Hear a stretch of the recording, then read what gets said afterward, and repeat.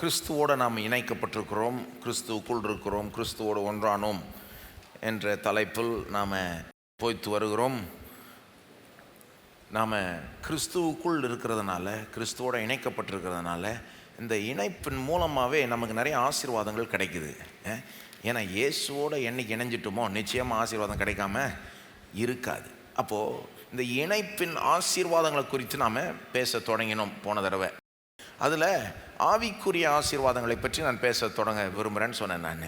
ஏன்னா அங்கே தான் ஆரம்பிக்கணும். ஏன்னா அதுதான் மற்ற ஆசீர்வாதங்களுக்கு அஸ்திபாரம் போல் இருக்குது. ஆகவே போன தடவை அதை சொல்லி அந்த முதல் ஆவிக்குரிய ஆசீர்வாதத்தை வச்சு நாம் ஆரம்பித்தோம். அது என்னது?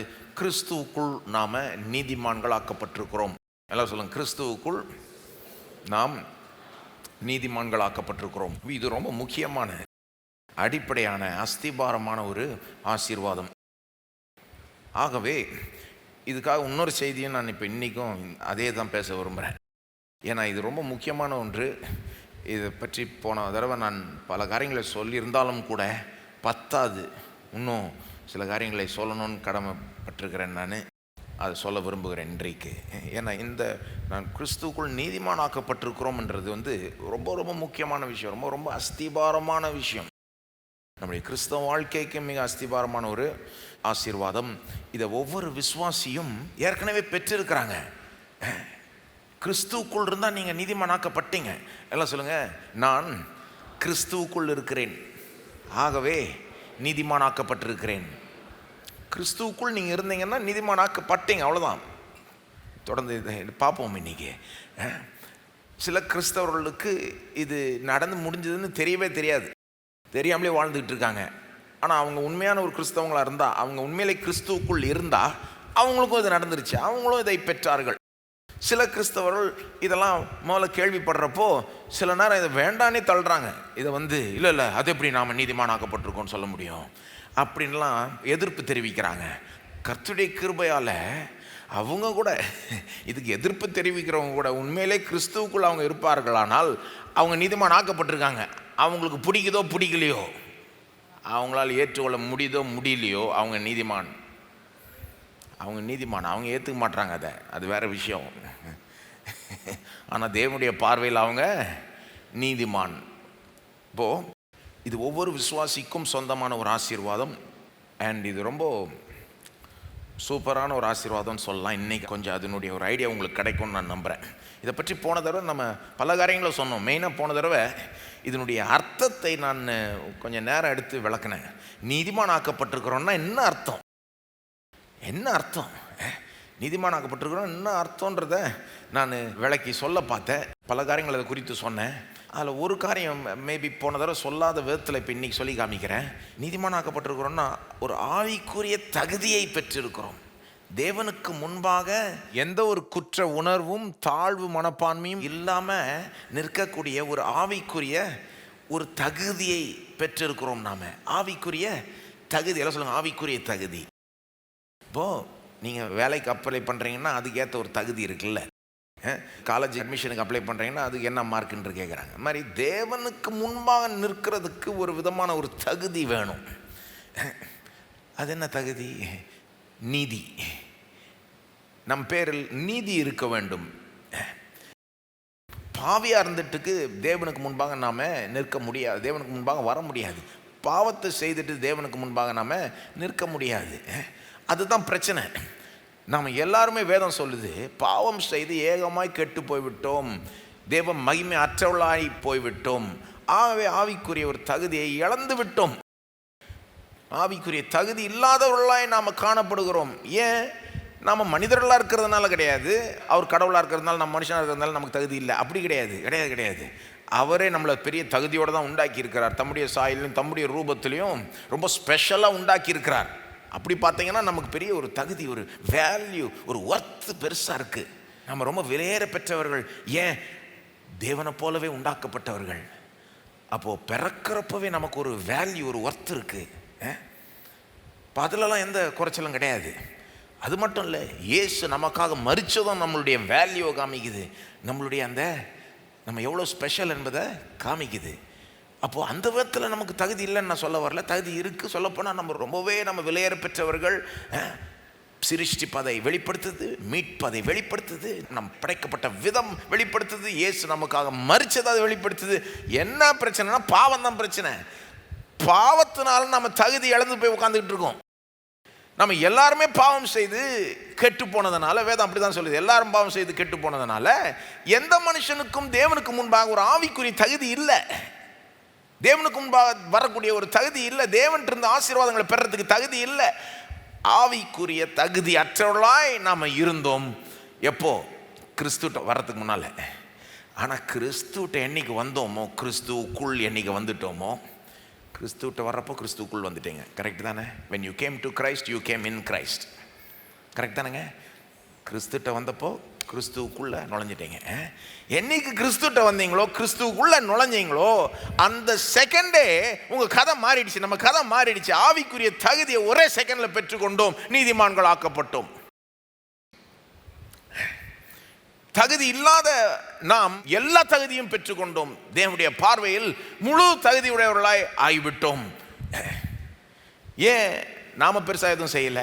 இயேசு கிறிஸ்து நமக்காக செஞ்சார், நமக்காக வாழ்ந்தார், நமக்காக மரித்தார், உயிர்த்தார்.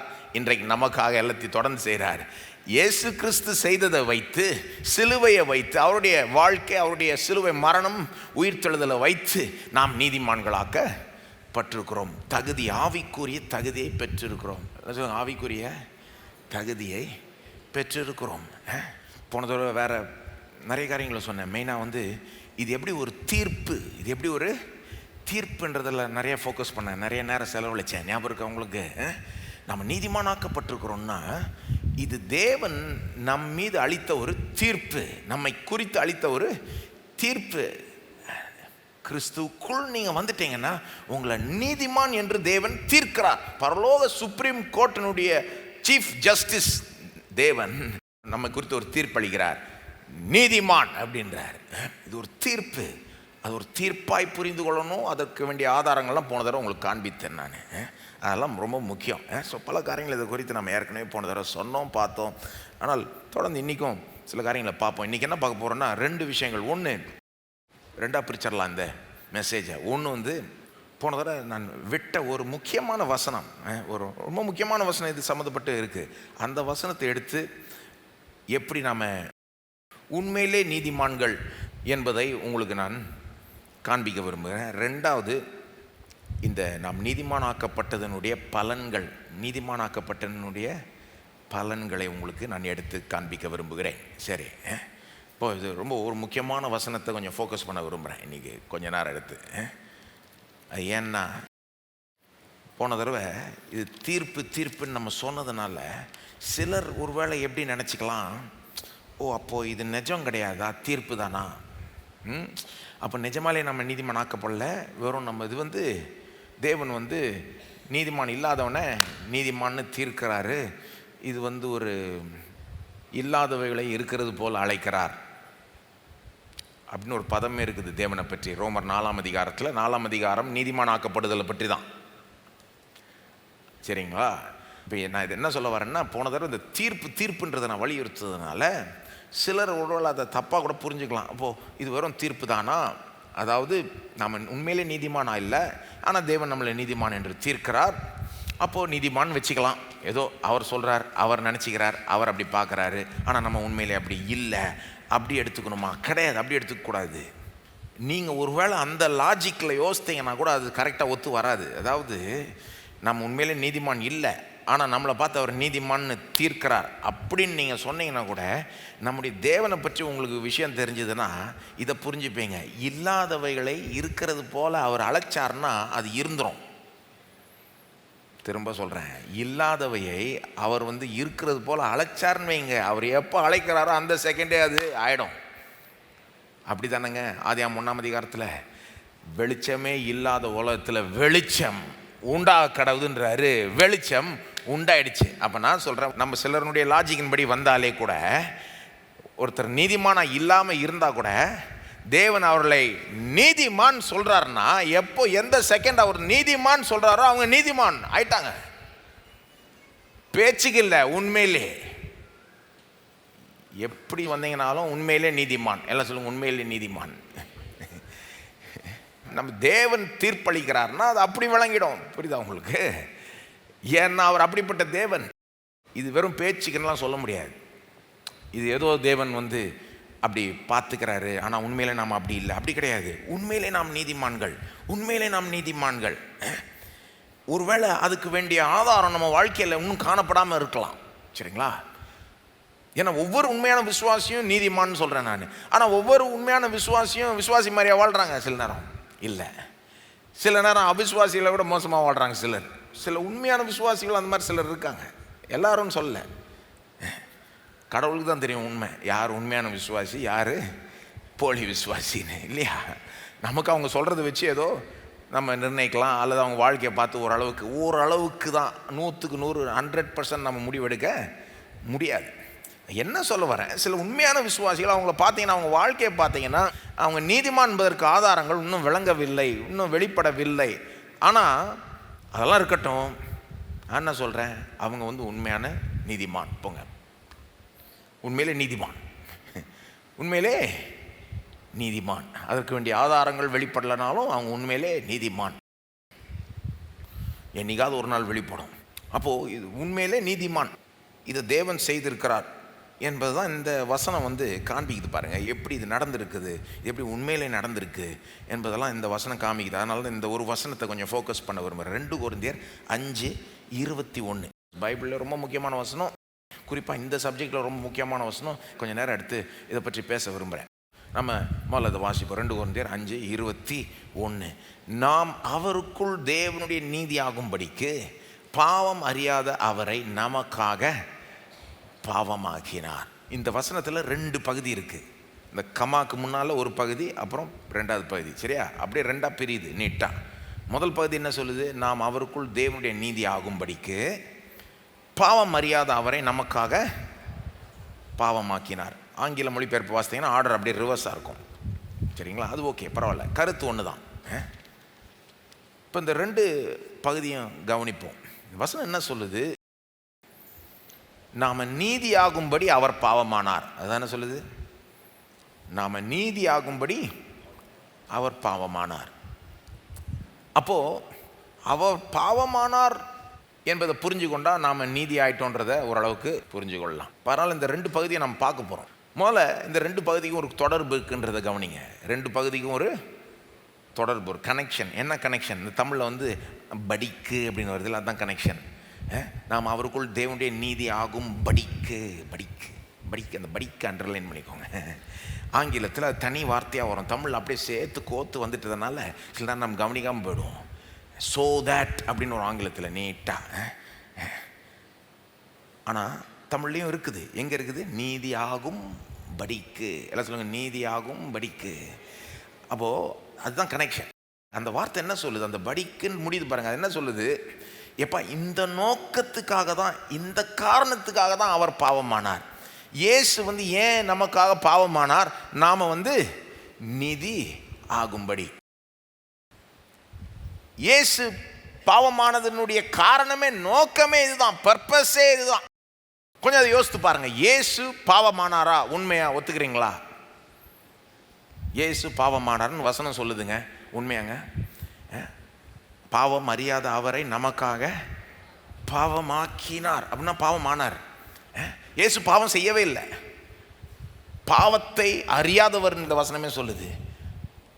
அவருக்கும் பாவத்துக்கும் ஒரு விதத்தில் சம்மந்தமே கிடையாது. ஏன்னா அவர் பாவத்தை செய்யவே இல்லை. நம்மை போல சோதிக்கப்பட்டிருந்தும் பாவம் செய்யாதிருந்தார் வேதம் சொல்லுது. ஒரு துளி பாவம் கூட அவர்கிட்ட இல்லை.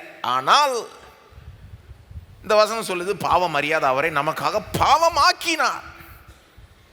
எங்க பாவமானார்? எங்க பாவமாக்கப்பட்டார்? கல்வாரி சிலுவையில். சிலுவையில் நமக்காக பாவமாக்கப்பட்டார். ஒத்துக்கிறீங்களா? ஓகே. அதை எப்படி புரிஞ்சுக்கலாம்? நம்ம சிலுவையில் நமக்காக அவர் வந்து பாவமாக்கப்பட்டார்னு அதை எப்படி புரிஞ்சுக்கலாம்? இப்படி புரிஞ்சுக்கலாமா? நம்முடைய பாவத்தை சிலுவையில் சுமந்தார், அப்படி புரிஞ்சுக்கலாமா? ஓகே. அது மற்ற இடங்களில் பைபிள் கிளியராக போதிக்குது. நம்முடைய பாவத்துக்காக மரித்தார், பாவங்களை அக்கிரமங்களை சுமந்தார்னே பைபிள் போதிக்குது மற்ற இடங்களில்.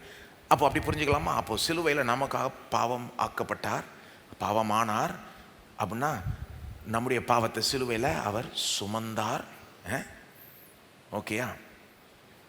இதனுடைய நோக்கம் என்ன? பர்பஸ் என்ன? நோக்கம் என்ன? ஏன் பாவத்தை சுமந்தார்?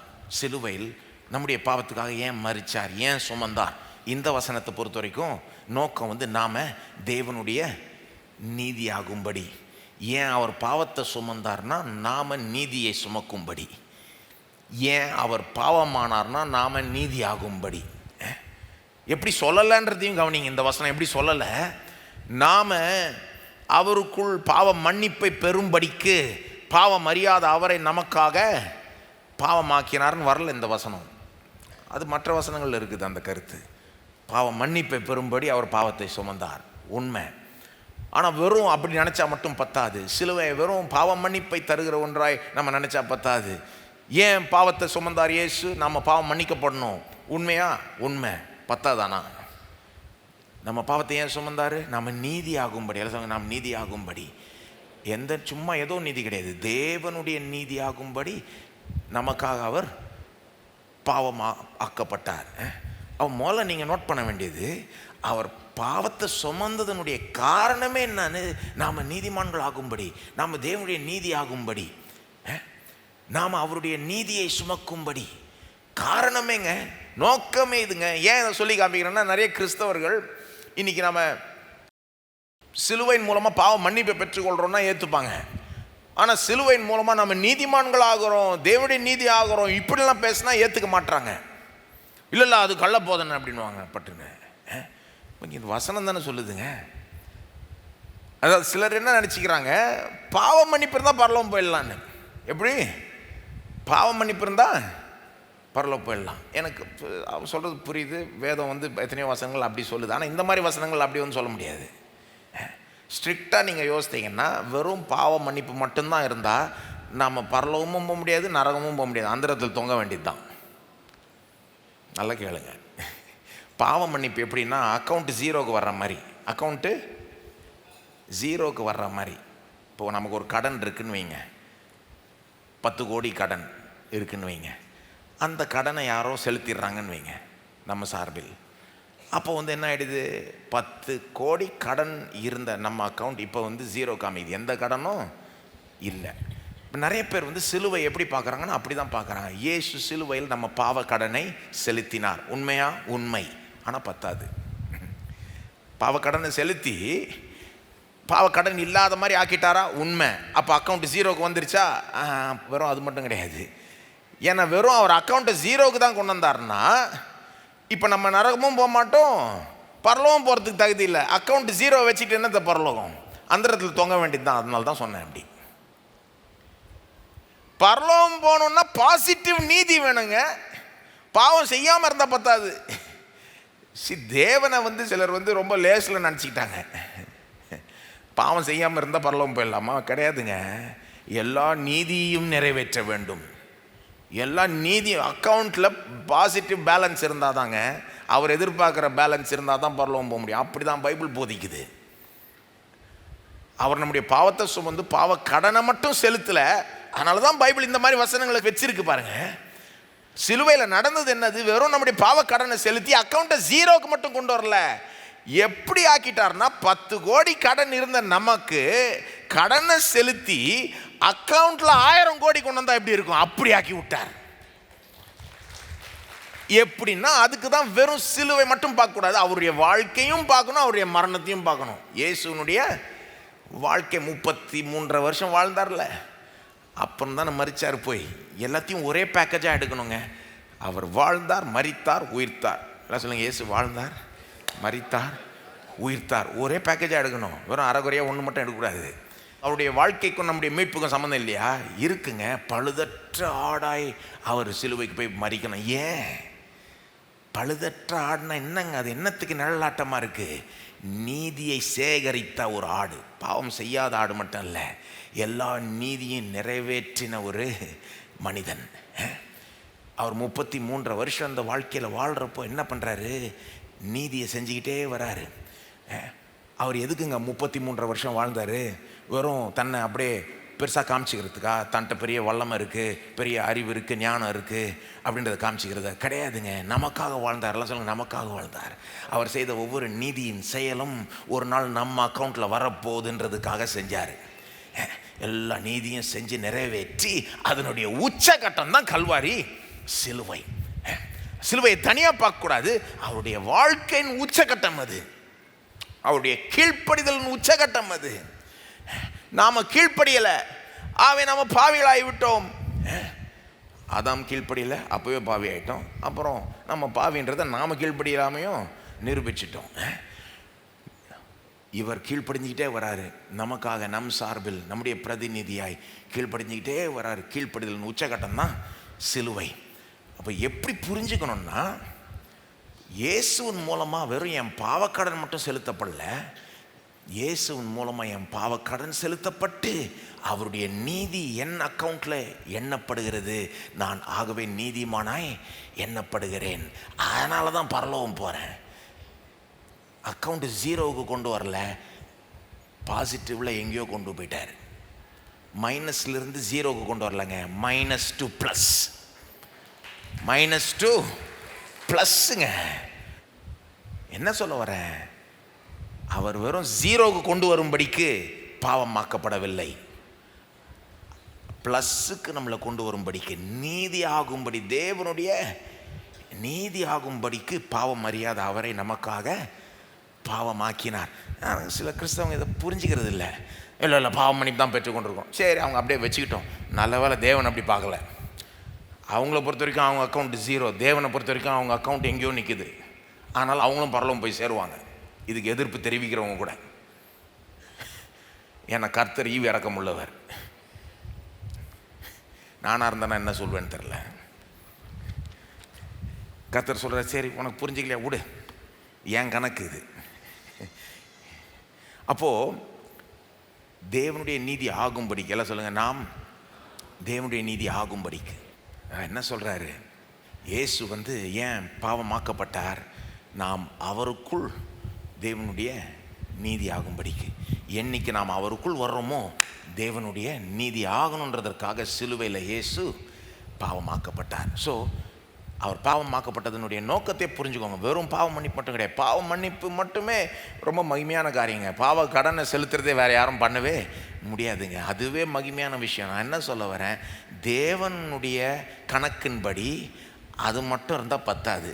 இவ்வளோ தூரம் போகணும், மீட்பு இவ்வளோ தூரம் போகணும். அப்போ தான் நமக்கு எல்லாம் தகுதியும் கிடைக்குது. அப்போ தான் நம்ம அவருடைய எல்லா அன்பை பெறவும், ஆசீர்வாதத்தை பெறவும், நித்திய சந்தோஷத்தை பெறவும் தகுதி உள்ளவர்களாய் ஆகிவிடுகிறோம். அவர் கணக்கின்படி அவர் சரியாக செஞ்சு முடிக்கிறார் மீட்பை. ஆனால் மனுஷன் சில நேரம் புரிஞ்சிக்க மாட்டான். ஆகவே வெறும் பாவம் மன்னிப்பு மட்டும் இல்லை, நாம் நீதி ஆகும்படிக்கு. சரி, இப்போ இந்த வசனங்களில் சில வேறு விஷயங்களை கவனிங்க. இயேசு பாவமாக்கப்பட்டார், ஒத்துக்கிறீங்களா? ஒத்துக்கிறீங்களா? பாவமே அறியாத இயேசு பாவமாக்கப்பட்டார், ஒத்துக்கிறீங்களா? அதுதான் சொல்லுது. அவர் பாவம் செஞ்சா பாவமானார்? கிடையாது. அவர் பாவம் செய்யவே இல்லை, பாவம் செய்யவே இல்லை, ஆனாலும் பாவமாக்கப்பட்டார். அப்போ அதை அப்படியே திருப்பி போடுங்க, தோசையை திருப்பி போடுற மாதிரி. இந்த வசனத்தில் 2 பகுதி இருக்குது. இதை எப்படி புரிஞ்சுக்கிறீங்களோ இதையும் அப்படி புரிஞ்சுக்கணும். அப்போ தான் கரெக்டாக மேட்ச் ஆகும். பாவம் அறியாத அவரை நமக்காக, இயேசு பாவமே செய்யலை, நமக்காக பாவமாயிட்டாரு. நாம நீதி செய்யலை, பாவம் தான் செஞ்சு நாம நீதி செய்யலை. ஆனால் நாம் அவருக்குள் தேவனுடைய நீதி ஆயிட்டோம். நம்புறீங்களா? சிலர் நம்புறாங்க, அதனால தான் கைத்தட்ட ஆரம்பிச்சாங்க இல்லையா? அவர் எப்படி பாவம் செய்யாம பாவமாக்கப்பட்டாரோ அது போலதான் நாம நீதி செய்யாம நீதிமான்கள் ஆக்கப்பட்டோம். நாம செஞ்ச நீதியை வச்சு அவர் நம்மளை நீதிமானா ஆக்கல, நம்மளை தேவனுடைய நீதி ஆக்கல.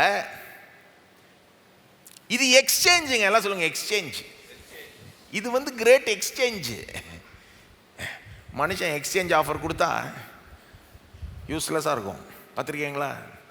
சொல்லுவாங்க, பழைய ஃபோனை கொண்டு வா, புது ஃபோன் கொடுக்குறேன், பழைய காரை புது. அதுக்கு பதில் கொடுக்காமலே இருக்கலாம், அவங்க கொடுக்குற ரேட்டுக்கு. நம்மளே வச்சுக்கிட்டு இன்னொருத்தருக்கு டொனேட் பண்ணிட்டு போயிடலாம். சரியான யூஸ்லெஸ் ஆஃபராக இருக்கும் எக்ஸ்சேஞ்ச் ஆஃபர். தேவனுடைய ஆஃபர் பாருங்கள், நீ உன் பாவத்தோட வா, நீ கிறிஸ்துவகிட்ட வந்தனா, அவருக்குள் வந்தனா, இதுதான் ஆஃபரு. உன் பாவம் உன்னை விட்டு போயிடுது. ஏன்னா சிலுவையில் அவர் ஏற்றுக்கொண்டார். நீ தேவ நீதியை பெற்றுக்கொள்கிறாய். இயேசுனுடைய நீதி உன் கணக்கில் எடுத்துக்கொள்ளப்படுகிறது. தேவனுடைய எக்ஸ்சேஞ்ச் இது. இது உண்மைனா இதுவும் உண்மை. பாவமே அறியாத அவர் நமக்காக பாவமாக்கப்பட்டார்ன்றது உண்மைன்னா, அப்போ நீதி செய்யாத நாமும் அவருக்குள் தேவனுடைய நீதி ஆனோம் என்பது உண்மை. அது எப்படிங்க நீதி செய்யலைன்னா நீதிமான்னு? அப்போ இயேசு பாவம் செஞ்சா பாவமானாரு? கிடையாது. சிலர் என்ன சொல்கிறாங்க, அது நீதி செஞ்சாதானங்க நீதிமான். நீங்கள் என்ன சொல்கிறீங்கன்னா, நம்ம நீதி செய்யாமலே நீதிமான். ஆமாம், ஏன்னா இயேசுவும் பாவம் செய்யாமலே பாவமானார். அதே போல் தான் நாமும் நீதி செய்யாமலே நீதி ஆயிட்டோம்.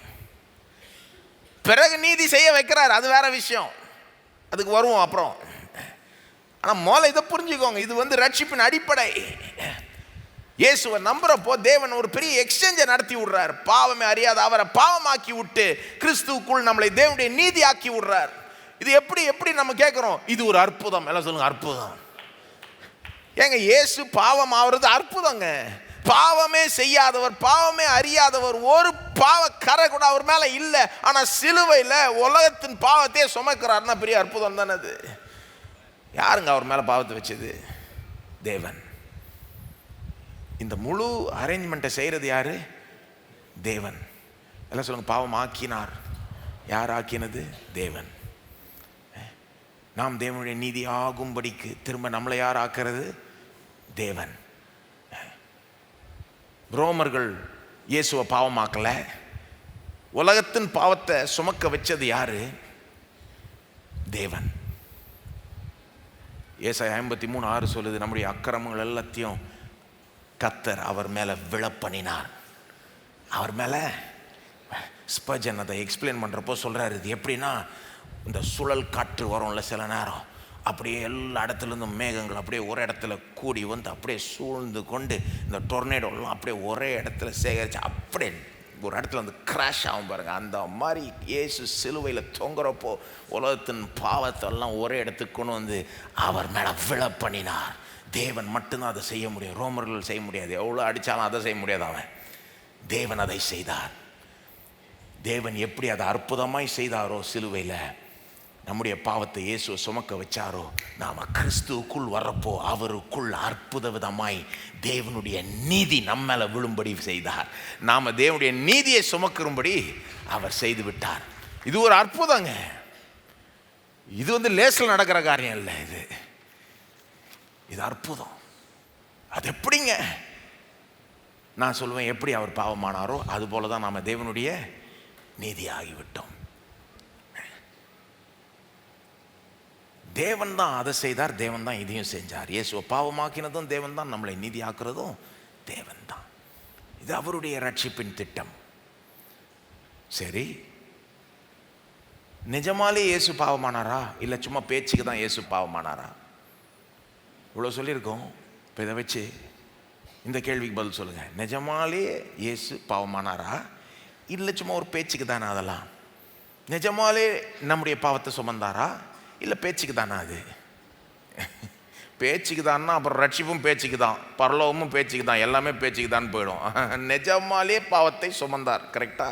நிஜமாலே நமக்காக பாவம் ஆனார். அப்போ நிஜமாலே நாம் அவருடைய நீதியை சுமக்கிறோம், நிஜமாலே நாம் தேவனுடைய நீதி ஆகிவிட்டோம். பேச்சு கிடையாது, நிஜம். இது நிஜம், இது உண்மை. இது வெறும் ஒரு சிலர் சொல்லுவாங்க லீகல் ஃபிக்ஷன் அப்படின்வாங்க. இதை நீதிமான் இல்லாதவனை நீதிமான் தேவன் தீர்க்கிறது, அது எப்படிங்க? இது லீகல் ஃபிக்ஷன். லீகல் ஃபிக்ஷன் கிடையாதுங்க, இது நிஜம், லீகல் ரியாலிட்டி. இது வெறும் ஒரு தீர்ப்பு மட்டும் இல்லை, உண்மையிலே நம்மளை நீதிமான் ஆக்கி விட்டார், உண்மையிலே தேவனுடைய நீதி ஆக்கி விட்டார். ஆக்சுவலாக இந்த வசனம் நீதிமான் ஆயிட்டோன்றதை தாண்டி இன்னொரு ஸ்டெப் அதிகமாக போகுது. நாம் தேவனுடைய நீதி ஆயிட்டோன்னு சொல்லுது. தேவனுடைய நீதி. இயேசு பாவத்தை சுமந்தாருன்னு சொல்ல இந்த வசனம், அதுக்கு பதிலா இயேசு பாவம் ஆக்கப்பட்டார்னு சொல்லுது. நாம நீதிமான் ஆயிட்டோன்னு சொல்ல, நீதியை சுமக்கிறோன்னு சொல்ல, தேவனுடைய நீதி ஆயிட்டோன்னு சொல்லுது. எப்படி அதை புரிஞ்சுக்கலாம்? எனக்கு முடிஞ்ச அளவுக்கு சொல்கிறேன். பாவமாக்கப்பட்டார்.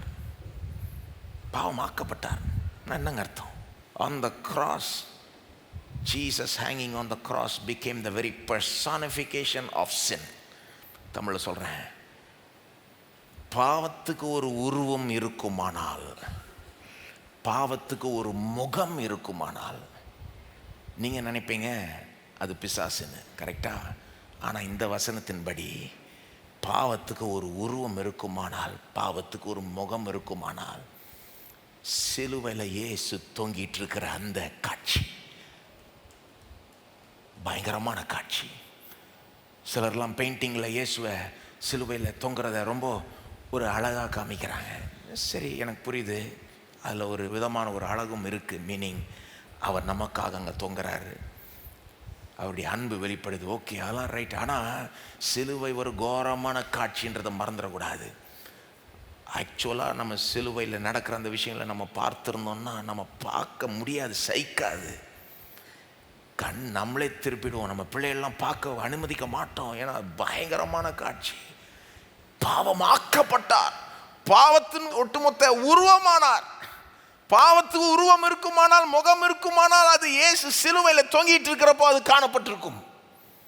கொஞ்சம் யோசித்து பாருங்க, அந்த அளவுக்கு பாவத்தை அவர் சுமந்தார். இப்போ அதை அப்படியே திரும்பி போடுங்க. ஏன்? நாம் அவருக்குள் தேவனுடைய நீதி ஆகும்படி. அப்படின்னு என்ன அர்த்தம்?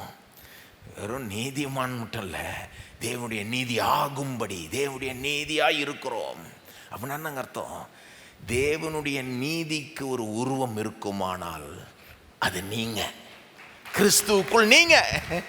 தேவனுடைய நீதிக்கு முகம் இருக்குமானால் கிறிஸ்துவுக்குள் அது நீங்க. உங்களை பார்க்கிறப்போ நீதியை பார்க்கிறார் தேவன். தகுதி இல்லாத பாவியை பார்க்கல, கிறிஸ்துவுக்குள் அவர் எப்படி பார்க்கிறாரு? தேவனுடைய நீதி ஆக்கப்பட்டவர்களாய் நம்மளை பார்க்கிறார். நாம் அப்படிதான் அவருடைய கண்களில் காணப்படுகிறோம். அவருடைய கண் எப்படி பார்க்குதோ அதுதான் நிஜம். என்னங்க, உங்கள் கண் எப்படி பார்க்குதோ அதுதான் நிஜமா? உங்கள் கண்ணோட்டம் தான் நிஜமாங்க, அல்லது அவர் கண்ணோட்டம் நிஜமா? பவுல் சொல்கிறாரு, let God be true and every man a liar. எப்போவுமே அவருடைய கண்ணோட்டம் தான் சத்தியம், மற்றதெல்லாம் பொய். தேவனுடைய கண்ணோட்டம் தான் சத்தியம், மற்றதெல்லாம் பொய்.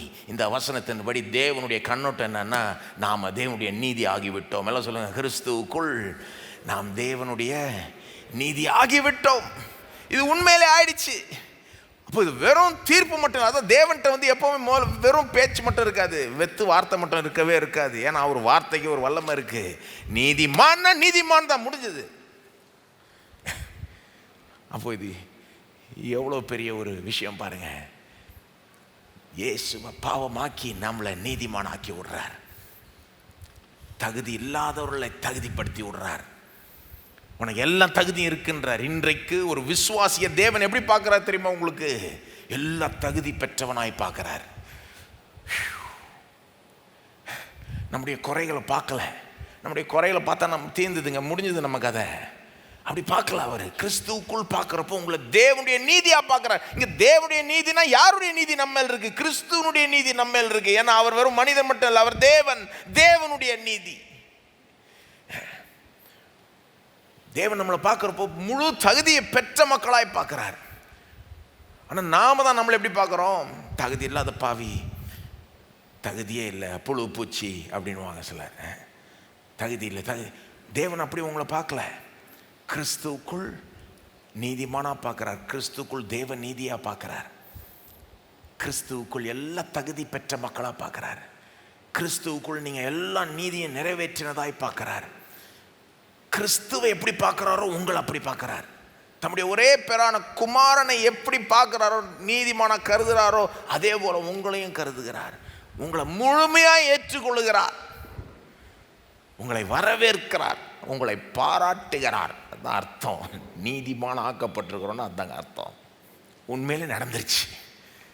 நம்புறதுக்கே கஷ்டமாக இருக்குல்ல, ஆனால் உண்மையிலே நடந்துருச்சு. எல்லாம் சொல்லுங்கள், கிறிஸ்துவுக்குள் நான் உண்மையிலேயே நீதிமான். ஆனால் பார்த்தா தெரியலையேங்க. அது இருக்கட்டும், விடுங்க. தெரிய வரும், வெயிட் பண்ணுங்க. ஆனால் எனக்கு அப்படி உணர்ச்சி இல்லைங்க. கிடக்குது உணர்ச்சி. உணர்ச்சி பெருசா, அவருடைய வார்த்தை பெருசா? அதை நம்புங்க. சரி, இப்போ இந்த வசனத்தை ஃபோக்கஸ் பண்ணி சில காரியங்களை சொல்லணும்னு விரும்பினேன், சொல்லிட்டேன். இப்போ ரெண்டாவது, நாம் நீதிமானாக்கப்பட்டிருக்கிறதுனுடைய பலன்கள். நீதிமானாக்கப்பட்டிருக்கிறதுனுடைய பலன்கள். இந்த சத்தியத்தை நீங்கள் புரிஞ்சுக்கிட்டு நம்பி இதை ஏற்றுக்கொண்டு அரவணைச்சு கொண்டீங்கன்னா இது வேற லெவலில் உங்களுக்கு பலன் அளிக்கும். நான் சொல்கிறேன், வேற லெவலில் பலன் அளிக்கும். வாழ்க்கையை ஒட்டுமொத்தமாக மாற்றும், வாழ்க்கையின் திசையை ஒட்டுமொத்தமாக மாற்றிடும். ஏன்னா இது எல்லாத்தையுமே பாதிக்கக்கூடிய ஒரு சத்தியம். அதனால தான் பைபிள் இதுக்கு இவ்வளோ இடம் கொடுக்கப்பட்டிருக்கு. ரோமர்லாம் பார்த்தீங்கன்னா ரட்சிப்பின் முதல் ஆசீர்வாதமாக இதை தான் சொல்கிறாரு. இங்கே தான் தொடங்குறார். 2 அதிகாரம் இதுக்கு கொடுக்கப்படுது. 1 அதிகாரம், 3வது அதிகாரத்தினுடைய பிற்பகுதி, 4வது அதிகாரம் முழுவதும் இதற்காகவே அப்படியே டெடிகேட் பண்ணுறார் பவுல். இந்த ஒரே விஷயத்துக்காக நாம் நீதிமான் ஆக்கப்பட்டிருக்கிறோம். ஏன்னா இது முழு வாழ்க்கையை பாதிக்கக்கூடிய ஒரு விஷயம். எப்படி பாதிக்குது சுருக்கமாக சொல்லிட்டு நான் விவரிக்கிறேன். ஒன்று நாம் தேவனோட தொடர்பு கொள்கிற விதத்தையே மாற்றி விட்டுருது. 2வது மற்றவர்களோட நம்ம தொடர்பு கொள்கிற விதத்தையும் மாற்றிடுது. நாம் நம்மோட தொடர்பு கொள்கிற விதத்தையும் மாற்றிடுது. இன்றைக்கி எனக்கு நேரம் தேவனோட தொடர்பு கொள்வது அந்த விஷயத்தை பேசுகிறதுக்கு தான் நேரம் இருக்குது. அதை பார்ப்போம். இன்றைக்கி நம்ம தேவனோட தொடர்பு கொள்கிற அந்த விதத்தையே இது முழுசாக மாற்றிடுது. எந்த விதத்தில் சொல்கிறேன் கேளுங்க. நம்பர் 1, நாம் நீதிமானாக்கப்பட்டோம்னா நமக்கு தேவனிடத்தில் சமாதானம் உண்டாகிவிட்டது. தேவனிடத்தில் சமாதானம், எல்லாம் சொல்லுங்க, தேவனிடத்தில் சமாதானம். அப்படியே ரோமர் 5 சொல்கிறேன் நான். ரோமர் 5ஆம் அதிகாரம் 1ஆம் வசனம். நாம் நீதிமான் ஆயிட்டோம்னா எப்படி நமக்கு பலன் அளிக்குது? தேவனோட நம்ம தொடர்பு கொள்கிற அந்த விதத்தை மாற்றுதுன்னு சொல்கிறேனே. எப்படி? முதல்ல தேவனிடத்தில் நமக்கு ஒரு சமாதானத்தை கொடுத்துருது. அப்படின்னா என்னன்னு பார்ப்போம் பாருங்க. ரோமர் 5:1, இவ்விதமாக நாம் விசுவாசத்தினாலே நீதிமான்கள் ஆக்கப்பட்டிருக்கிறபடியால். நீதிமான்கள் ஆக்கப்பட்டோமா? ஒத்துக்கிறீங்களா? புரிஞ்சுக்கிட்டீங்களா ஓரளவுக்கு? எப்படி ஆக்கப்பட்டோம்? விசுவாசத்தினாலே. எல்லாம் சொல்லுங்க, விசுவாசத்தினாலே. பல காரியங்களை பைபிள் சொல்லுது. அதாவது சில இடங்களில் வேற மாதிரி சொல்லும். ரோமர் 3:24 எப்படி சொல்லணும்னா, கிருபையினாலே நாம் நீதிமான்கள் ஆக்கப்பட்டோம். எல்லாம் சொல்லுங்க, கிருபையினாலே. ரோமர் 5:9 ரத்தத்தினாலே நாம் நீதிமான்கள் ஆக்கப்பட்டோம்னு சொல்லும். யாருடைய ரத்தத்தினாலே? இயேசுனுடைய ரத்தத்தினாலே. இங்க எப்படி சொல்லுது? நாம விசுவாசத்தினாலே நீதிமான்கள் ஆக்கப்பட்டோம். எல்லாத்தையும் ஒன்றா சேர்க்கணும். அவருடைய கிருபையினால. நம்முடைய தகுதி கிடையாது, அவருடைய கிருபை. அது எப்படி விளங்குச்சு? கல்வாரி சிலுவையில் அவருடைய ரத்தத்தை சிந்தினார். கீழ்ப்படிதல் உச்சகட்டമായ ரத்தத்தை சிந்தினார். அதன் மூலமாக நீதிமான் ஆக்கப்படுறோம். அப்போ அவர் தான் எல்லாத்தையும் செய்கிறாருன்னா அப்போ நம்முடைய பங்கு என்ன? விசுவாசம். நம்முடைய பங்கு என்னது? வேற ஒன்றும் நம்மகிட்ட இருந்து தேவன் எதிர்பார்க்கல. அவர் என்ன சொல்கிறார்? இயேசு உனக்காக எல்லாத்தையும் செஞ்சிட்டார், வாழ்ந்துட்டார், மரிச்சிட்டார், உயிர்த்திட்டார், நீ அவரை விசுவாசி. நாம் விசுவாசத்தினாலே நீதிமான்கள் ஆக்கப்பட்டிருக்கிறபடியால். அது வரைக்கும் உங்களுக்கு தெரியும். ஓகே, நம்முடைய கர்த்தராகிய இயேசு கிறிஸ்து மூலமாய் தேவனிடத்தில் சமாதானம் பெற்றிருக்கிறோம். நல்ல கவனிங்க. இங்கேயும் வசனத்துக்கு 2 பகுதி இருக்கு. 2த்துக்கும் தொடர்பு இருக்கு. என்ன தொடர்பு? இது இருக்கிறதுனால இதுவும் இருக்கு. நாம் விசுவாசத்தினாலே நீதிமான்கள் ஆக்கப்பட்டிருக்கிறபடியால் நம்முடைய கர்த்தராகிய இயேசு கிறிஸ்து மூலமாய் தேவனிடத்தில் சமாதானம் பெற்றிருக்கிறோம். நல்லா நோட் பண்ணுங்க. தேவனிடத்தில் சமாதானம் என்பது நீதிமானாக்கப்பட்டதனுடைய நேரடி விளைவு, ஆட்டோமேட்டிக் விளைவு. இது வந்துருச்சுனா இது வந்துருச்சு, இது வந்துட்டு இது வராமல் இருக்கவே முடியாது. இது உண்மைனா இது உண்மை. நாம விசுவாசத்தினால் நீதிமான்களாக்கப்பட்டு இருக்கிறபடியால் தேவனிடத்தில் சமாதானம் பெற்றிருக்கிறோம். தேவனிடத்தில் சமாதானம். சமாதானம் சமாதானம் சமாதானம். நிறைய பேர் இன்னைக்கு சமாதானத்தை விரும்புகிறாங்க. நிறைய பேர் அவங்களுடைய ஜெப ரிக்வெஸ்ட் என்னன்னா, சமாதானம் இல்லைங்க,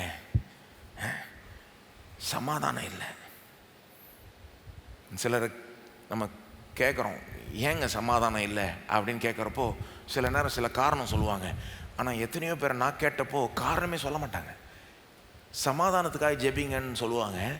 ஏங்க சமாதானம் இல்லைன்னா தெரிலங்கன்னுவாங்க. ஏன் சமாதானம் இல்லைன்னா தெரில. சிலரால் சொல்ல தெரியாது, ஆனால் சிலர் உண்மையிலே தெரியல. ஆனால் பைபிள் எப்படி தெரியுமா போதிக்குது? நிறைய பேருக்கு உள்ள சமாதானம் இல்லாததுக்கு காரணம் என்னன்னா, தேவனிடத்தில் சமாதானம் இல்லை. உள்ள சமாதானம் விரும்புகிறாங்க, அது ஏன் கிடைக்க மாட்டேங்குதுன்னா, உள்ள சமாதானத்தை விட தேவனிடத்தில் சமாதானம் தான் முக்கியம். அது இருந்தால் இது ஈஸியாக வந்துடும். கிறிஸ்துவுக்குள் இல்லாதவர்கள் தேவனிடத்தில் சமாதானம் பெறல. அவங்க கிறிஸ்துவுக்குள் இருந்தால் தான் நீதிமான் ஆக்கப்பட்டிருக்கிறோம். நீதிமான் ஆக்கப்பட்டிருந்தால் தான் தேவனிடத்தில் சமாதானம். கிறிஸ்துவுக்குள் இல்லாதவர்கள் இந்த பாக்கியத்தை பெறலை. ஆனால் கிறிஸ்துவுக்குள் இருக்கிறவர்களும் நிறைய பேருக்கு அவங்க தேவனிடத்தில் சமாதானம் பெற்றிருக்கிறாங்கன்னு அவங்களுக்கே தெரியல. அதனால தான் இந்த வசனம் முக்கியம் பாருங்க. நீங்கள் கிறிஸ்துவுக்குள் இருந்தீங்கன்னா நீ நீதிமான்கள் ஆக்கப்பட்டிருக்கிறீங்க. நீங்கள் நீதிமான்கள் ஆக்கப்பட்டிருக்கிறீங்கன்னா தேவனிடத்தில் சமாதானம் பெற்றிருக்கிறீங்க. அது என்னங்க தேவனிடத்தில் சமாதானம்? அர்த்தம் என்ன சொல்கிறேன் கேளுங்க. முதல்ல ஃபஸ்ட்டு அதனுடைய அர்த்தம் என்னன்னா, நாம் தேவனுடைய சத்துருக்களாக இல்லை, தேவனிடத்தில் யுத்தத்தில் இல்லை. முன்ன வந்து அவருக்கு சத்துருவாக இருந்தோம், தெரியாமல் அவரோடவே சண்டை போட்டுக்கிட்டு இருந்தோம், அவரோடவே யுத்தத்தில் இருந்தோம். என்னங்க, அவரையே பகைச்சிக்கிட்டு.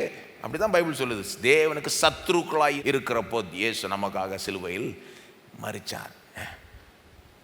அவர் சொல்கிற பேச்சை கேட்காம அவர் இப்படி லெஃப்ட்டு போனால் ரைட்டு போகிறது, அப்படியே அவரை கீழ்ப்படியாமல், அவரை கனப்படுத்தாமல், அவர் சித்தத்துக்கு விரோதமான அவருடைய நாமத்தை கனவீனப்படுத்துகிற மாதிரி காரியங்களை செய்து வாழ்ந்து அப்படி ஒரு வாழ்க்கையை நடத்தி வந்தோம். தேவனுக்கே விரோதிகளாக இருந்தோம். தேவனோடவே யுத்தம் போடுற மாதிரி பண்ணின்னு இருந்தோம்.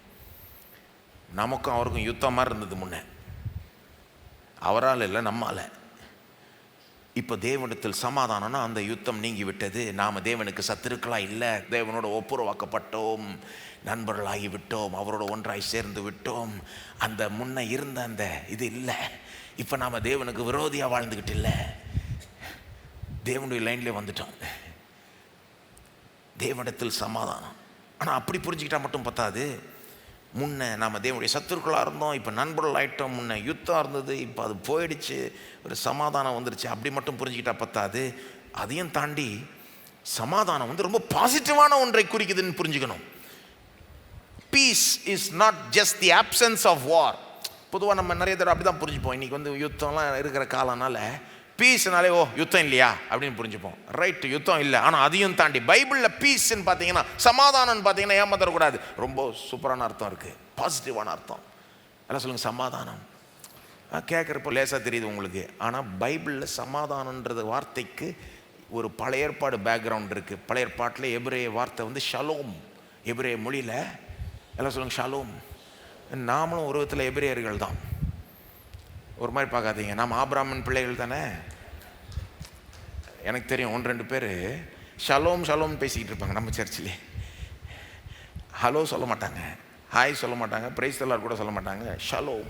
ஏன்னா யூதர்களுடைய வாழ்த்துதலே அப்படி தான். ஒருத்தர் எப்படி வாழ்த்துவாங்கன்னா யூதர்கள் ஷலோம் ஷலோம். அதாவது சமாதானத்துக்கு எபிரேய மொழியில் வார்த்தை வந்து ஷலோம். சில வார்த்தைகள்லாம் நம்ம தெரிஞ்சு வச்சுக்கிறது நல்லது தான். ஏன்னா நாமளும் ஆபிரகாமின் பிள்ளைகள். நிறைய வார்த்தைகள் உங்களுக்கு ஏற்கனவே தெரியும். அல்லேலூயா தெரியுமா? அது எபிரேய வார்த்தை தான், தமிழ் கிடையாது, அது ஆங்கிலமும் கிடையாது. எல் ஷடாய் தெரியுமா? எபிரேய வார்த்தை. எலோயிம் தெரியுமா? அது எபிரேய வார்த்தை. அதோனாய் தெரியுமா? எபிரேய வார்த்தை. யெஷுவா தெரியுமா? அது எபிரேய வார்த்தை. நிறைய வார்த்தைகள் உங்களுக்கு ஏற்கனவே தெரியும். அப்போ இந்த வார்த்தையும் கற்றுக்கோங்க. எல்லாம் சொல்லுங்கள் ஷலோம். ஷலோம்னு அர்த்தம் என்ன? ஷலோம்னா இப்படி சொல்லலாம், nothing missing, nothing broken, everything as it should be, always meant to be. அதாவது எதுவுமே உடையாமல் சிதையாமல் முழுமையாக இருக்க வேண்டிய விதத்தில் நன்றாய் இருப்பது தான் ஷலோம்.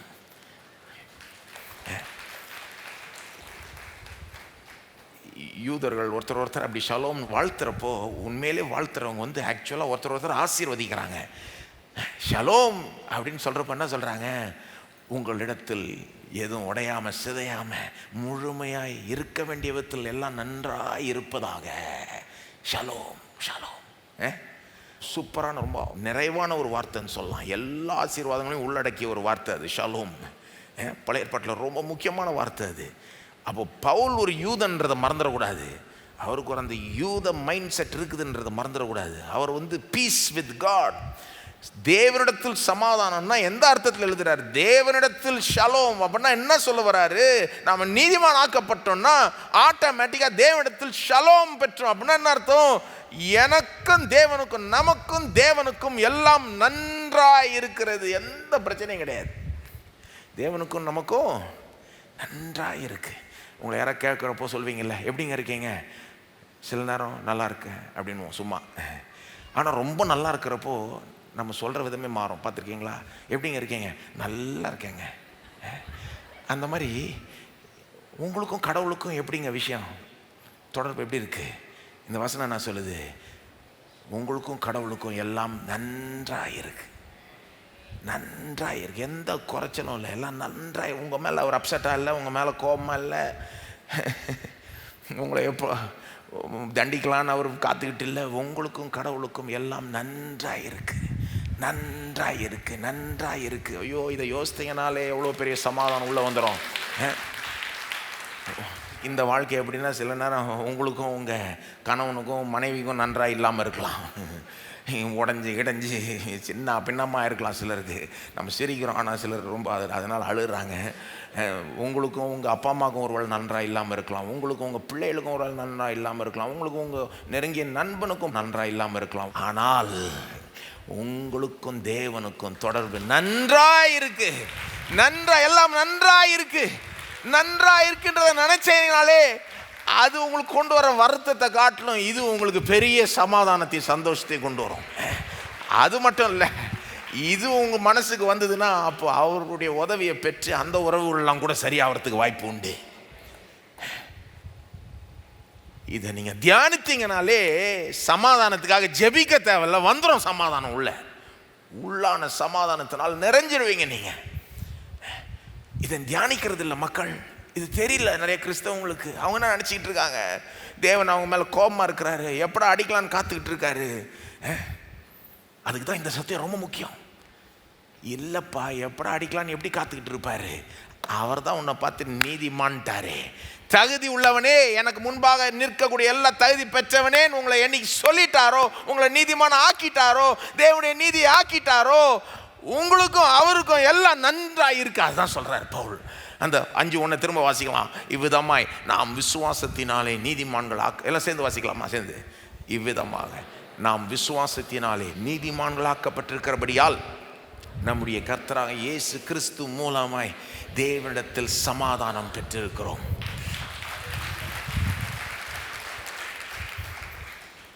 இது வந்துருச்சுன்னா அதுவும் வந்துருச்சு, அவ்வளோதான். Automatic result of justification, peace with God. ரெண்டாவது, தேவனோட நமக்கு இருக்கிற இந்த தொடர்பை முற்றிலுமா இது மாத்திருச்சுன்னு சொல்ல வரேன். நாம் நீதிமானாக்கப்பட்டிருக்கிறபடியால் தேவனோட தொடர்பு கொள்கிற விதமே மாறிடுச்சு கம்ப்ளீட்டா. தேவனிடத்தில் சமாதானம் பெற்றிருக்கிறோம். ரெண்டாவது, கடைசி நியாய தீர்ப்பு நாளில் நாம் தேவனை சந்திக்க போகிறோம். ஆனால் அதை குறித்த ஒரு தைரியத்தையும் நிச்சயத்தையும் இது நமக்கு கொடுக்குது. எது நமக்கு கொடுக்குது? நாம் நீதிமானாக்கப்பட்டிருக்கிறோம் என்பது இறுதி நியாய தீர்ப்பு நாளில் தேவனை சந்திக்கிறதுக்கு ஒரு நிச்சயத்தையும் தைரியத்தையும் நமக்கு கொடுக்குது. எத்தனை கிறிஸ்தவர்கள் இன்றைக்கு அந்த நியாய தீர்ப்பு நாளை கண்டு பயப்படுறாங்க. இறுதி நியாய தீர்ப்புன்னு ஒன்று இருக்குது, நமக்கு தெரியும் இல்லையா?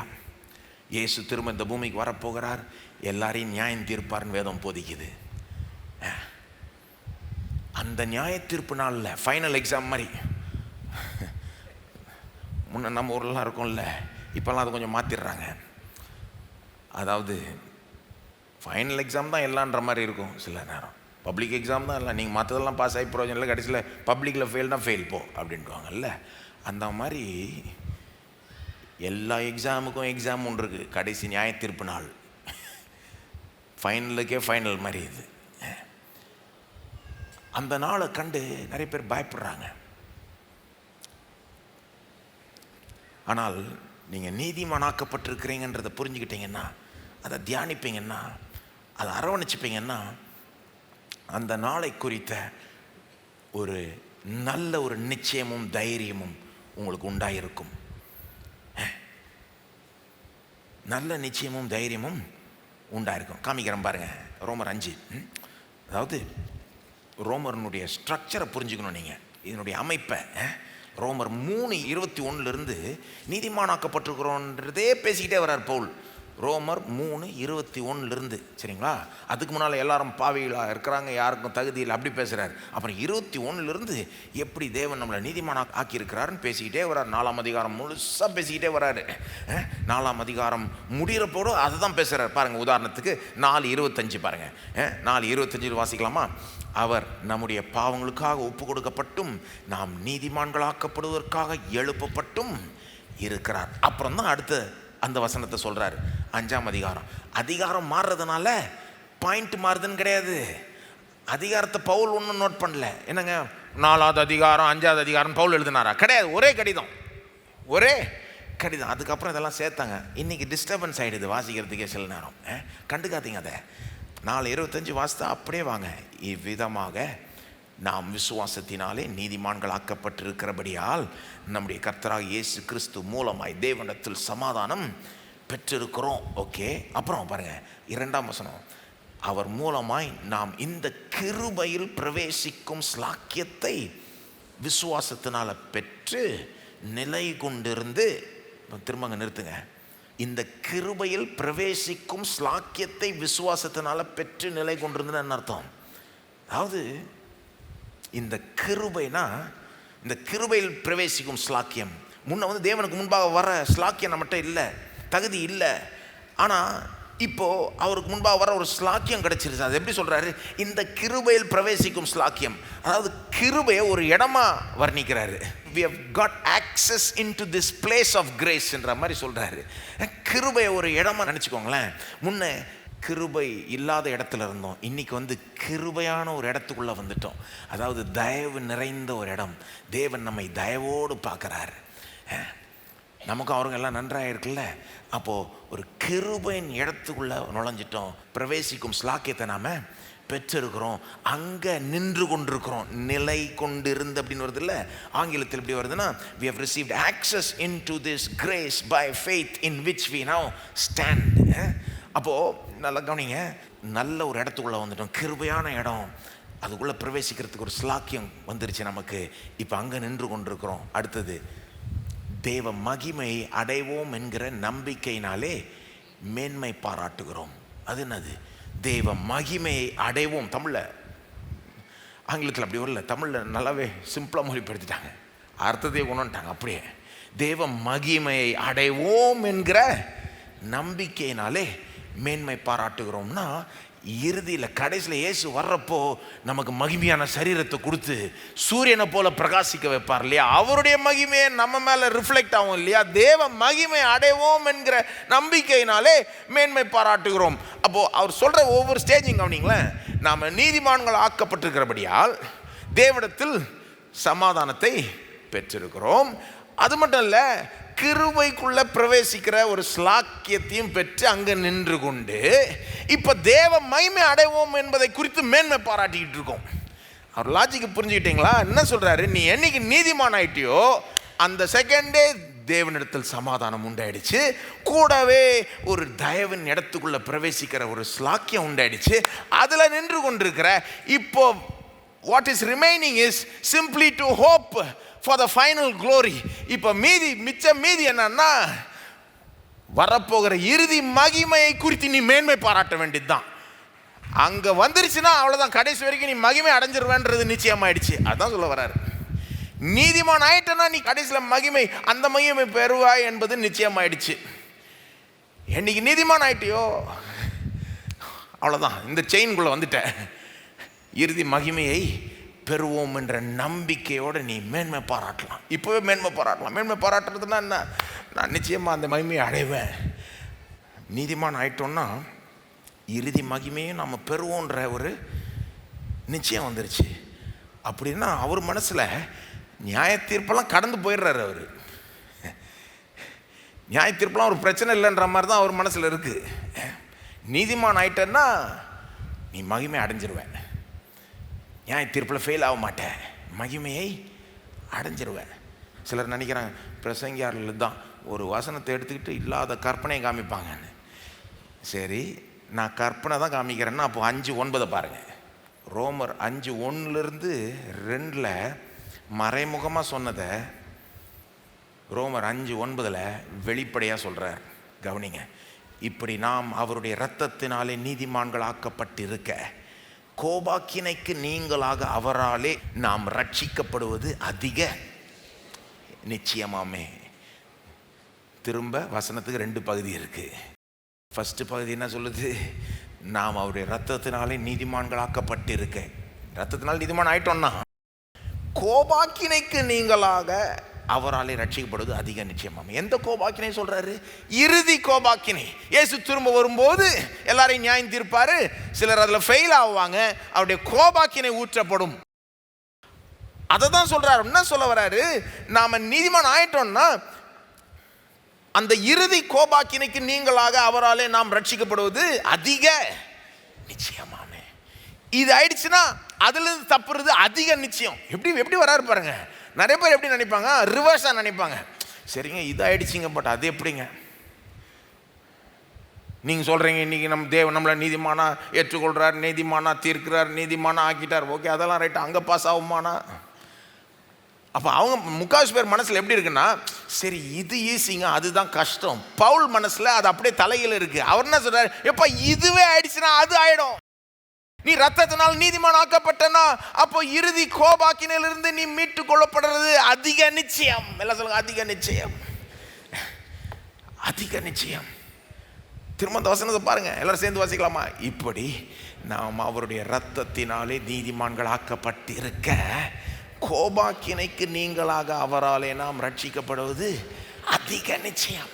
10, நாம் தேவனுக்கு சத்துருக்களாய் இருக்கையில் அவருடைய குமாரன் மரணத்தினாலே அவருடன் ஒப்புரவாக்கப்பட்டோமானால், இப்போ முன்ன சத்துருவாக இருந்தோம், அப்போவே நமக்காக அவர் மரித்து நம்மளை ஒப்புரவாக்கி விட்டார்னா, ஒப்புரவாக்கப்பட்ட பின் நாம் அவருடைய ஜீவனாலே ரட்சிக்கப்படுவது, இறுதி ரட்சிப்பை சொல்றாரு. ஒப்புரவாக்கப்பட்ட பின் நாம் அவருடைய ஜீவனாலே ரட்சிக்கப்படுவது அதிக நிச்சயமாமே. அவருடைய லாஜிக் எப்படின்னா, இப்போ அவர் வாழ்ந்து மரித்து உயிர்த்ததே உன்னை நீதிமான் ஆக்கிடுச்சுன்னா, இப்போ அவர் என்றென்றைக்கும் ஜீவிக்கிறார், ஜீவன் உள்ளவராக இருக்கிறார், உனக்காக பரிந்து பேசுகிறார், கடைசி வரைக்கும் உன்னை கொண்டு போய் ரட்சித்து விட மாட்டாரா? அது அதிக நிச்சயம். இது நடந்துருச்சுன்னா அது நிச்சயமா நடக்கும். நீ சத்ருவா இருந்தப்போவே அவருடைய அன்பை இப்படி வெளிப்படுத்தினார், சிலுவையில் உனக்காக உயிரே கொடுப்பாரானால் இப்போ உனக்காக ஜீவிக்கிற அவர் கடைசி வரைக்கும் உன்னை கொண்டு போகாம விடுவாரா? அதான் லாஜிக். இறுதி கோபாக்கினை.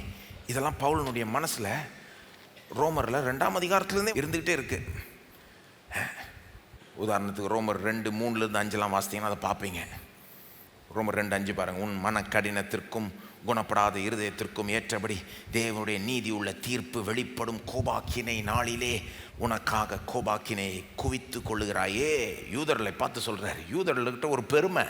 என்ன பெருமைன்னா, நாங்கள் தான் ஸ்பெஷல், தேவனால் அவர் எங்களை தான் தேர்ந்தெடுத்தார், எங்கள்கிட்ட தான் நியாயப்பிரமாணத்தை கொடுத்தார், எங்கள்கிட்ட தான் பேசினார், எங்கள்கிட்ட தான் பெரிய அற்புதம்லாம் அவங்கள பார்த்து சொல்கிறார் 2ஆம் அதிகாரத்தில், இவ்வளோ பெருமை இருக்கே உனக்கு, நியாயப்பிரமாணத்தை கொடுத்தாருன்னு பெருமை பாராட்டிக்கிற, செஞ்சே அதை அப்படின்றாரு. நியாயப்பிரமாணம் இருக்குது 10 கற்பனை எங்கள் கையில் தான் கொடுக்கப்பட்டதுன்னு சொல்கிற, 10 கற்பனையை செஞ்சேன்றாரு. 10 கற்பனை டெஸ்ட் வச்சா பாஸ் ஆவியான்றாரு. நிறைய பேர் நினச்சிக்கிட்டு இருக்காங்க 10 கற்பனையில் எப்படியும் ஒரு 50% வாங்கிடுவாங்கன்னு. யூதர்கள் பாருங்க, அவங்களும் அப்படிதான். 10 கற்பனை இருக்கிறதே பெரிய பாக்கியமாக நினச்சாங்க. உண்மை, அதுவே பெரிய பாக்கியம். ஆனால் அது பத்தாது, இருந்தால் பத்தாது, செய்யணும்ல. வசனத்தை கேட்டால் பத்தாது, செய்யணும்ல. பவுல் சொல்கிறாரு, யூதனே இவ்வளோ பெருமை பிடிச்சி உட்காந்துக்கிட்டு இருக்கியா நீனு? அவர் சொன்னதை செஞ்சியா? கற்பனை இருக்கிறதுனால நீ பரலோகம் போயிடுவ, தேவன் ஏற்றுக்கொள்வார்னு நினைக்கிறியே, இது ஆகுமா? உனக்கு நியாய தீர்ப்பு நாளில் கோபாக்கினை குவித்து கொண்டிருக்கிறாயே அப்படின்றாரு. அது அவர் மனசில் இருக்குது. அப்படியே பேசிக்கிட்டே வராரு. 1ஆம் அதிகாரத்தில் புறஜாதியார, அதாவது யூதன் இல்லாதவனை குற்றம் சாட்டுறாரு. நீ பார் தேவனிடத்திலிருந்து எவ்வளோ விலகி போயிட்ட, அவருக்கு செலுத்த வேண்டிய மகிமையை செலுத்தல் அப்படின்றார். 2ஆம் அதிகாரத்தில் யூதனை குற்றம் சாட்டுறாரு. 3ஆம் அதிகாரத்தில் 2 பேரையும் சேர்த்து வாங்குறாரு. ரோமருடைய அமைப்பு இது. 3ஆம் அதிகாரத்தில் 2 பேரையும் சொல்றாரு, நீதிமான் ஒருவன் ஆகிலும் இல்லை இப்போ அப்படின்ட்டு. 3:20 பாருங்க. 3:19-20 மேலும் வாய்கள் யாவும் அடைக்கப்படும்படிக்கு உலகத்தார் யாவரும் தேவனுடைய ஆக்கினை தீர்ப்புக்கு ஏதுவானவர்களாகும்படிக்கு நியாய பிரமாணம் சொல்லுகிறதெல்லாம் நியாய பிரமாணத்துக்கு உட்பட்டு இருக்கிறவர்களுக்கே சொல்லுகிறது என்று அறிந்திருக்கிறோம். இங்கே கூட அவர் சொல்கிற விதத்திலே நீங்கள் அந்த நியாய தீர்ப்புலாம் அவர் மனசில் இருக்குன்றதை பார்க்கலாம். நீங்கள் எல்லாம் வாய்களும் அடைக்கப்படும் அப்படின்றாரு. யாரும் அவர்கிட்ட பேச முடியாது, பதில் சொல்ல முடியாது. ஏன்னா எல்லாரும் பாவம் செஞ்சுட்டாங்க. அதான் சொல்லுவார் 20ஆம் வசனம் பாருங்கள். இப்படி இருக்க பாவத்தை அறிகிற அறிவு நியாயப்பிரமாணத்தினால் வருகிறபடியால் எந்த மனுஷனும் நியாயப்பிரமாணத்தின் கிரியைகளினாலே தேவனுக்கு முன்பாக நீதிமானாக்கப்படுவது இல்லை. இவங்க யூதர்கள்லாம் நினச்சிட்டு இருக்காங்க, நியாயப்பிரமாணத்தை எடுத்து செஞ்சுட்டா நீதிமானா எல்லாம் பரலோகம் போயிடலாம், தேவன் ஏற்றுக்கொள்வார், ஆசி முடியாதுன்றாரு. எந்த மனுஷனும் நியாயப்பிரமாணத்தின் கிரியைகளினாலே தேவனுக்கு முன்பாக நீதிமானாக்கப்படுவது இல்லை. நியாயப்பிரமாணத்தின் கிரியையினாலே ஆக்கப்பட முடியாதுன்னா நீதிமானா, அப்போ நற்கிரியையினால நிச்சயமாக தேவனுக்கு முன்பாக நீதிமானா ஆக்கப்பட முடியாது. அப்புறம் தான் இது வரைக்கும் 20 வரைக்கும் ப்ராப்ளத்தை சொல்கிறாரு. இதுதான் ப்ராப்ளம். எல்லாருமே தேவனுக்கு முன்பாக கில்ட்டி, குற்றவாளி. 21 தான் சொல்யூஷன், தீர்வு பாருங்க. 21 பாருங்க. இப்படி இருக்க நியாய பிரமாணம் இல்லாமல் தேவ நீதி வெளியாக்கப்பட்டிருக்கிறது. ஆனால் தேவன் வேற ஒரு வழியை வச்சிருக்கிறார். நாம் 10 கற்பனை டெஸ்ட்டை நாம் எல்லாரும் ஃபெயில் பண்ணிட்டோன்றதுனால நியாய பிரமாணம் இல்லாமல் தேவ நீதி வெளியாக்கப்பட்டிருக்கிறது. அதை குறித்து நியாய பிரமாணமும் தீர்க்க தரிசனங்களும் சாட்சியிடுகிறது. நியாய பிரமாணத்தினால் யாரும் நீதிமானாக்கப்பட முடியாது, ஆனால் நியாய பிரமாணம் அதை குறித்து சாட்சியிடுது. எவ்வளோ துல்லியமாக அப்படியே உன்னிப்பாக சொல்கிறார் பாருங்க. 22 இது என்ன வழி, இது எப்படி வருது இந்த நீதி, இந்த நீதிமானாக்கப்படுற வழி எப்படி இருக்குது? 22 பாருங்க. அது இயேசு கிறிஸ்துவை பற்றும் விசுவாசத்தினாலே பலிக்கும் தேவ நீதியே. விசுவாசிக்கிற எவர்களுக்குள்ளும் எவர்கள் மேலும் அது பலிக்கும், வித்தியாசமே இல்லை. என்ன 23 எல்லாரும் பாவம் செய்து தேவ மகிமை அற்றவர்களாகி போயிட்டாங்க. 22 திரும்ப பாருங்க. 22 பாருங்க. இந்த புது வழி எப்படியா? நற்கிரியை செஞ்சு நீதிமானாக்கப்படுறது இல்லை, நியாயப்பிரமாணத்தின் கிரியை செஞ்சு நீதிமானாக்கப்படுறது இல்லை. இந்த புது வழி எல்லாரும் சேர்ந்து வாசிக்கலாம். 22 அது இயேசு கிறிஸ்துவை பற்றும் விசுவாசத்தினாலே பலிக்கும் தேவ நீதியே. விசுவாசிக்கிற எவர்களுக்குள்ளும் எவர்கள் மேலும் அது பலிக்கும், வித்தியாசமே இல்லை. எல்லாரும் பாவம் செய்து தேவ மகிமையற்றவர்களாகி இலவசமாய் அவருடைய கிருபையினாலே கிறிஸ்து இயேசுவில் உள்ள மீட்பை கொண்டு நீதிமான்கள் ஆக்கப்படுகிறார்கள். எல்லாரும் சொல்லுங்க, இலவசமாய் அவருடைய கிருபையினாலே கிறிஸ்து இயேசுவில் உள்ள மீட்பை கொண்டு நீதிமான்கள் ஆக்கப்பட்டிருக்கிறோம். என்ன சொல்லிட்டு வராரு? இப்படியே வராரு பாருங்க. யாரும் கடைசி நியாய தீர்ப்பு நாள் அவருக்கு முன்னால் நான் பெருசாக செஞ்சிட்டேன், நீதி செஞ்சிட்டேன், நற்கிரியை செஞ்சிட்டேன், புண்ணியம் செஞ்சிட்டேன்னு வாய் பேச முடியாது. வாயெல்லாம் அடைக்கப்பட்டு நிற்பார்கள் என்றார். அதுக்கு தான் இன்னொரு வழி இருக்கு. இந்த வழி இயேசு கிறிஸ்துவை பற்றும் விசுவாசத்தினாலே எல்லார் மேலும் பலிக்கும். ஒன்றும் இல்லை, இயேசு விசுவாசா நீதிமானா எல்லாம் இலவசமாய் அவருடைய இரத்தத்தினாலே அவருடைய கிருபையினாலே நீதிமானா ஆயிடலாம் அப்படின்னு சொல்லிட்டு வரார். அதுக்கப்புறம் பார்த்தீங்கன்னா 3ஆம் அதிகாரம் பிற்பகுதி 4ஆம் அதிகாரம் முழுக்க நீதிமானாக்கப்பட்டிருக்கிறோம் பல ஆங்கிளில் காமிக்கிறார். ஆபிரகாம் எப்படி நீதிமானாக்கப்பட்டானோ அப்படிதான் நாம நீதிமானாக்கப்பட்டோம், தாவீது எப்படி நீதிமானாக்கப்பட்டானோ அப்படிதான் நாமும் நீதிமானாக்கப்பட்டோம் அப்படின்னு சொல்லிட்டு வந்து 4ஆம் அதிகாரத்தை முடிக்கிறாரு. 5ஆம் அதிகாரத்தில் அப்பதான் சொல்றாரு, இப்போ நீ நீதிமான் ஆயிட்டன்னா தேவனிடத்தில் சமாதானம் பெற்றனா கிருபையின் இடத்திற்குள் பிரவேசிக்கும் ஸ்லாக்கியத்தை பெற்று அங்க நின்று கொண்டு வருகாலத்தை குறித்து தேவ மகிமை அடைவோம் என்பதை குறித்து நீ மேன்மை பாராட்டி கொண்டு இருக்கிறாய். நீ எதை கண்டும் பயப்பட தேவையில்ல. ஏன்னா நீதிமான் ஆயிட்டன்னா இறுதி கோபாக்கினிலிருந்து நீங்களாக மீட்டுக் கொள்ளப்படுறது அதிக நிச்சயம். அதான் ரோமர் 5:9 சொல்றார். அவர் மனசுல இருக்கிறது இந்த நீதிமானாக்கப்படுறதுக்கும் இறுதி நியாய தீர்ப்பிலிருந்து தப்பிக்கிறதுக்கும் பெரிய சம்மந்தப்படுத்திக்கிட்டே வராரு. அதனால தான் பார்த்தீங்கன்னா ரோமர் 8 திரும்ப அதை கொண்டு வர பாருங்க. ரோமர் 8:30 எவர்களை முன்குறித்தாரோ அவர்களை அழைத்தும் இருக்கிறார், எவர்களை அழைத்தாரோ அவர்களை நீதிமான்கள் ஆக்கியும் இருக்கிறார். ஒரு நிமிஷம் நிறுத்தலாம். எவர்களை முன்குறித்தாரோ அவர்களை அழைத்தும் இருக்கிறார். இது ஊழியத்துக்கான அழைப்பை சொல்ல, உங்கள் ப்ரொஃபஷனுக்கான அழைப்பை சொல்லுங்க. இது ரட்சிப்புக்கான அழைப்பை சொல்லுது. ரட்சிப்புக்கு தேவன் தானே உங்களை அழைச்சாரு, நீங்களே வந்தீங்களா? அவர் உங்களை அழைச்சி தானே வந்தீங்க. அவர் உங்களை இழுத்தார், உங்களுக்கே தெரில. நீங்கள் நினச்சிங்க நீங்களாக வந்தீங்கன்னு. ஆனால் அவர் அப்படியே அன்பின் கயிறை கொண்டு உங்களை இழுத்து வர வச்சார் இல்லையா? அதுதான் சொல்கிறார் பவுல், எவர்களை முன்குறித்தாரோ அவர்களை அழைத்தும் இருக்கிறார். எவர்களை அழைத்தாரோ, இது வந்து கோல்டன் செயின் ஆஃப் சால்வேஷன் சொல்லுவாங்க. கோல்டன் செயின் ஆஃப் சால்வேஷன் அர்த்தம் என்னென்னா, இந்த செயினுக்குள்ளே நீங்கள் எங்கே வந்துட்டீங்கனாலும், எங்கே காணப்பட்டீங்கனாலும் கடைசி வரைக்கும் போயிடுவீங்க. இந்த வசனத்தை அப்படி தான் சொல்லுவாங்க பாருங்கள். அதனால் நீங்கள் உள்ளே வந்துட்டீங்களான்னு பாருங்கள், இந்த செயினில் தான் இருக்கீங்களான்னு பாருங்கள். எவர்களை முன் குறித்தாரோ, சிலர் நினைக்கிறாங்க நான் முன் குறிக்கப்பட்டனா, தப்பு, அப்படி நினைக்கக்கூடாது. அடுத்த வார்த்தையை பாருங்கள், எவர்களை முன் குறித்தாரோ அவர்களை அழைத்தும் இருக்கிறார். உங்களை அழைச்சாரா? நீங்கள் ரட்சிக்கப்பட்டீங்களா அப்படின்னா உங்களை அழைச்சாரு. அப்போது நீங்கள் அழைக்கப்பட்டீங்க, ரட்சிப்பை பெற்றீங்கன்னா வந்துட்டீங்க செயினுக்குள்ளே. எவர்களை முன்குறித்தாரோ அவர்களை அழைத்தும் இருக்கிறார். எவர்களை அழைத்தாரோ அவர்களை நீதிமான்களாக்கியும் இருக்கிறார். இதெல்லாம் ஏற்கனவே செஞ்சிட்டார். முன்குறிச்சிட்டாரு, அழைத்தாரு, நீதிமான்கள் ஆக்கிட்டார். எல்லாமே கடந்த காலத்தில் செஞ்சு முடிஞ்ச காரியம். இப்போ கடைசியை பாருங்க, எவர்களை நீதிமான்கள் ஆக்கினாரோ அவர்களை மகிமைப்படுத்தியும் இருக்கிறார். ஆனால் அது இன்னும் நடக்கல. ஆக்சுவலாக வருங்காலத்தில் நடக்கும் போது இயேசு வர்றப்போ நம்மளை மகிமைப்படுத்துவார். ஆனால் பவுல் எப்படி திங்க் பண்ணுறாருன்னா, எப்போ உன்னை இவ்வளோ தூரம் கொண்டு வந்துட்டார்னா, உன்னை நீதிமான ஆக்குற அளவுக்கு கொண்டு வந்துட்டார்னா, இது அவ்வளோ பெரிய விஷயம். அப்போ முடிஞ்சது கதை. உன்னை மகிமைப்படுத்திடுவார், மகிமைப்படுத்தாமல் விட மாட்டார். ஏன்னா என்னைக்கு உன்னை பார்த்து தீர்ப்பு கொடுத்துட்டாரோ, நீ நீதிமான் கொடுத்துட்டாரோ, கடைசி வரைக்கும் அவர் தீர்ப்பை மாற்ற மாட்டார். சிலர் என்ன நினைக்கிறாங்க, இன்னைக்கு நீதிமான் சொல்கிறார் தேவன் நம்மளை பார்த்து, ஆனால் வாழ்க்கை முடிகிறப்போ நியாய தீர்ப்பு நாளில் மாற்றி தீர்ப்பு சொல்லிட்டாருன்னா, அன்றைக்கி உன்னை நான் அப்படி சொன்னேன், இன்றைக்கி நீ உன் வாழ்க்கை வேறு மாதிரி இருக்குது, ஆனால் போ நீதிமான் கிடையாதுன்னு சொல்லிட்டாருன்னா. ஆனால் அவங்க தேவனை புரிஞ்சிக்கல, அவர் பேச்சை மாற்றுறவர் கிடையாது. என்னைக்கு உங்களை நீதிமான்ற தீர்த்துட்டாரோ தீர்ப்பு முடிஞ்சது. அந்த தீர்ப்பை அட்வான்ஸ் பண்ண மாதிரி ஆயிடுச்சு. நீதிமான் என்று உங்களை தீர்த்து விட்டார் என்றால் அவர் தீர்ப்பை மாற்ற மாட்டார், அதுக்கு பதில் உங்களை மாற்றிடுவார் தீர்ப்பை மேட்ச் பண்ணுறதுக்கு.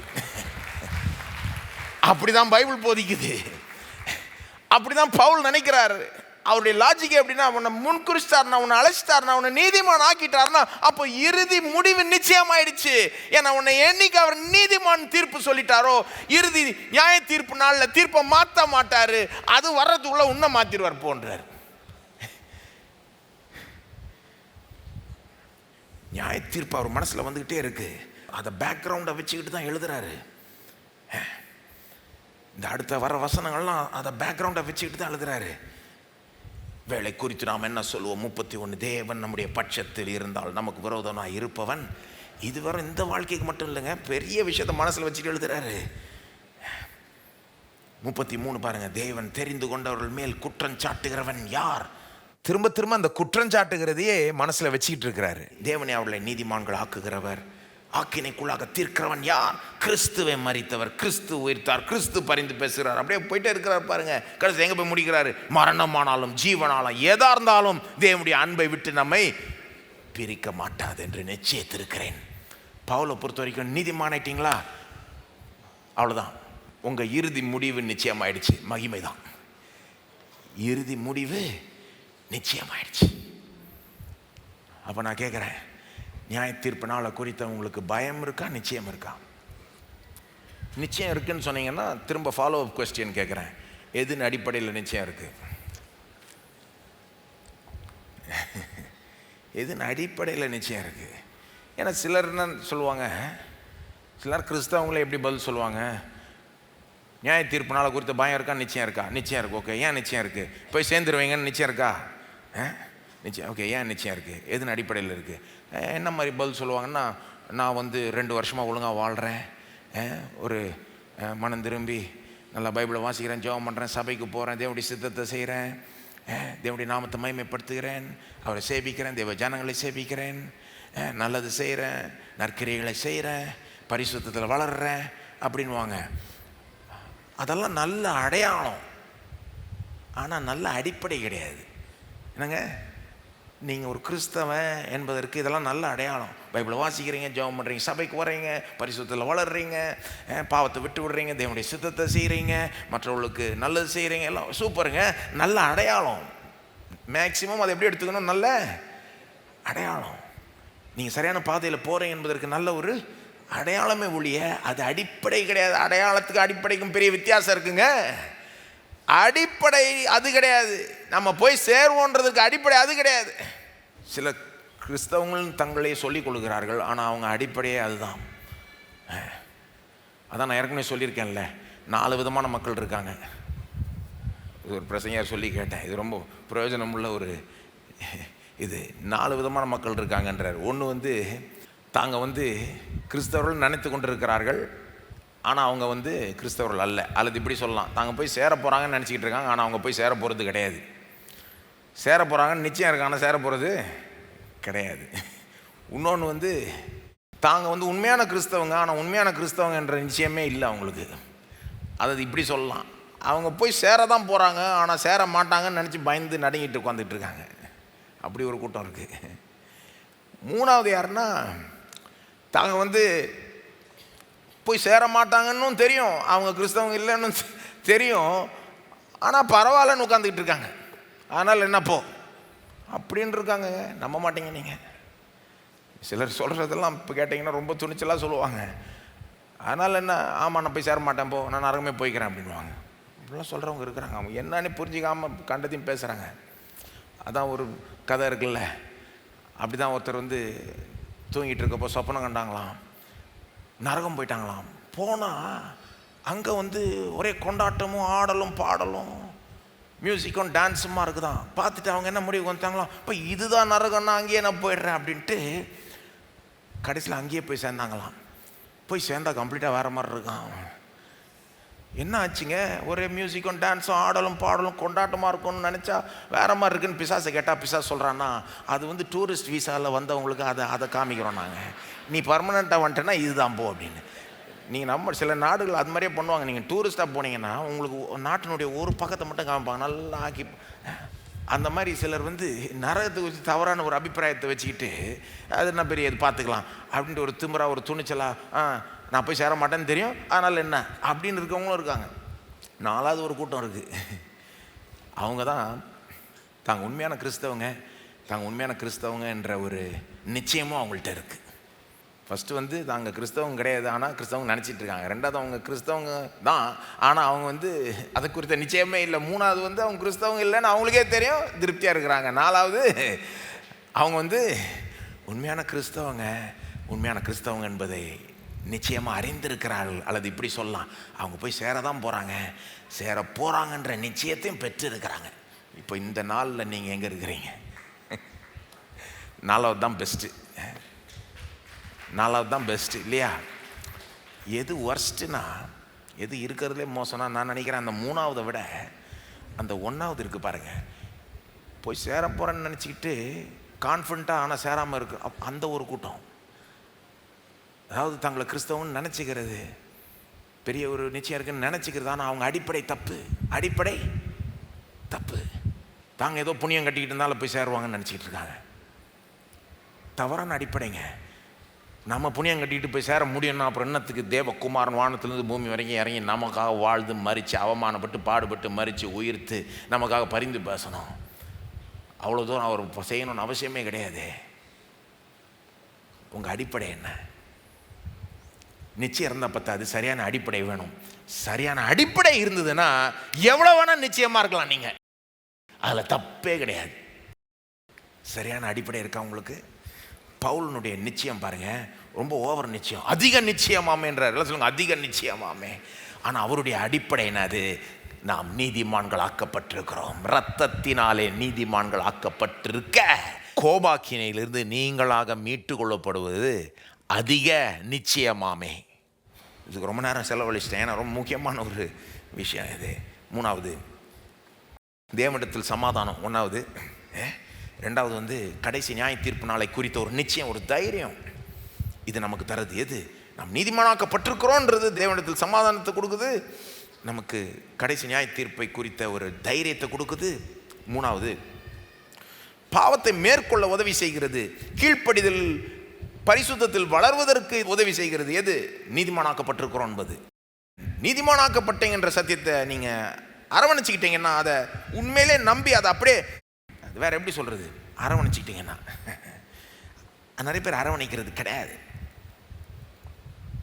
அரவணைக்கிறதுன்னு என்ன?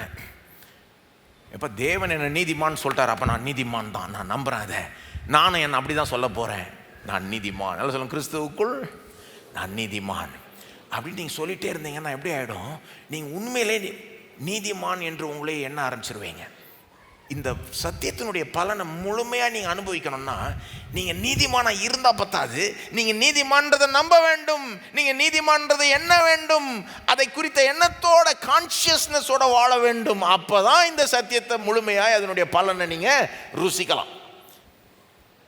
ஏங்க உதாரணம், ஒரு ராஜாவுக்கு பிள்ளை பிறந்திருக்கு, ஆனால் அவனுக்கு தெரிலன்னு வைங்க, ராஜாவுடைய பிள்ளைன்னு தெரிலன்னு வைங்க, அவன் நினச்சிட்டு இருக்கான் யாரோனுடைய பிள்ளை அப்படின்னு நான் வாழ்ந்துட்டு இருந்தான், நான் அப்படி நினச்சிட்டு வாழ்ந்துட்டு இருந்தான், அவன் வாழ்க்கை எப்படி இருக்கும்?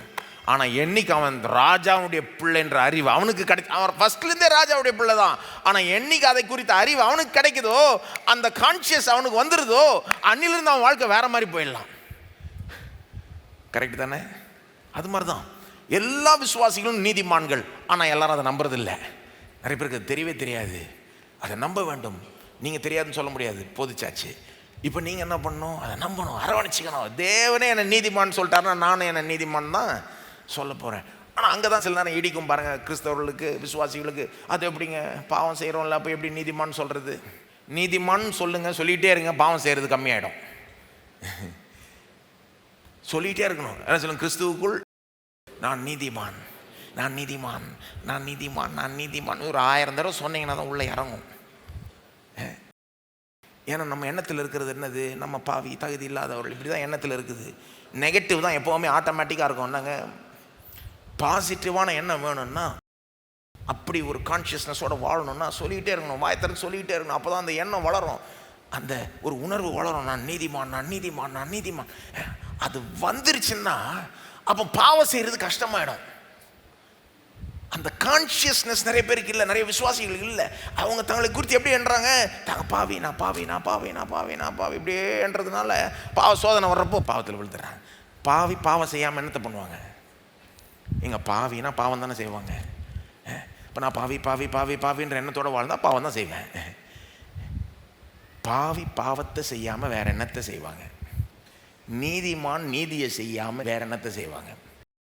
எந்த எண்ணத்தை உங்களுக்குள்ளே வளர்த்துக்க போகிறீங்கன்றது ரொம்ப முக்கியம். உண்மையிலே இந்த எண்ணத்தை நீங்கள் வளர்த்துக்கிட்டீங்கன்னா பாவம் செய்கிறது கஷ்டமாயிடும். அதிகமாக பாவத்தை மேற்கொண்டுருவீங்க, அதை விட்டுருவீங்க, வேண்டான்னு விட்டுருவீங்க. எங்கள் அப்பா பாஸ்டர் சாம் செல்லதுரை, இந்த சபையினுடைய சீனியர் பாஸ்டர், இந்த சப்ஜெக்டை பற்றி ரொம்பவே போச்சிருக்காங்க, வாரக்கணக்காக போச்சிருக்காங்க. ரைச்சஸ்னஸ், நீதி என்ற தலைப்பில் பயங்கரமாக போச்சிருக்கிறாங்க ரொம்ப வருஷம் முன்னால். அது போதனை இல்லை. அதில் ஒரு உதாரணம் சொல்லுவாங்க. என்ன சொல்லுவாங்கன்னா, இது எப்படி இருக்குன்னா, சூட்டு போடுறதுக்கும் லுங்கி போடுறதுக்கும் வித்தியாசம் அப்படின்வாங்க. அதாவது நீங்கள் லுங்கி போட்டுக்கிட்டு இருக்கிறப்போ எங்கே வேணால் போய் உட்கார தோணும், கரெக்டாக? சூட்டு போடுறப்போ அந்த புத்தி வராது இல்லையா? லுங்கி போடுறப்போ இது லுங்கி தானேன்னு நினச்சி நம்ம போய் குப்பை தொட்டி பக்கத்தில் கூட உட்காந்துக்கலாம். அதனால் என்ன, அழுக்கான என்ன கழுவிக்கலாம், இல்லை தூக்கி எறிஞ்சிட்டு 10 லுங்கி கூட வாங்கிக்கலாம். இது ஒரு பெரிய விஷயமா. ஆனால் சூட்டு போட்டிங்கன்னா கண்ட இடத்துலையும் உட்கார மாட்டீங்க, அழுக்காக இருக்கான்னு கவனிப்பீங்க. சூட்டு போட்டு லோக்கல் டீ கடைக்கு போய்ட்டு ஒரு டீ கொடுப்பா அப்படின்னு சொல்ல மாட்டீங்க. வராது, அப்படி செய்ய வராது, அவ்வளோதான். என்னைக்கு சூட்டை மாட்டியாச்சோ அந்த அந்த செயலை வேறு மாதிரி வேறு சேரில் தான் உட்கார தோணும், வேறு இடம் தான் போக தோணும். நிறைய கிறிஸ்தவங்க என்னமோ லுங்கி மாட்டிக்கிட்டு இருக்கிற மாதிரி தான் தங்களை நினச்சிக்கிட்டு இருக்காங்க.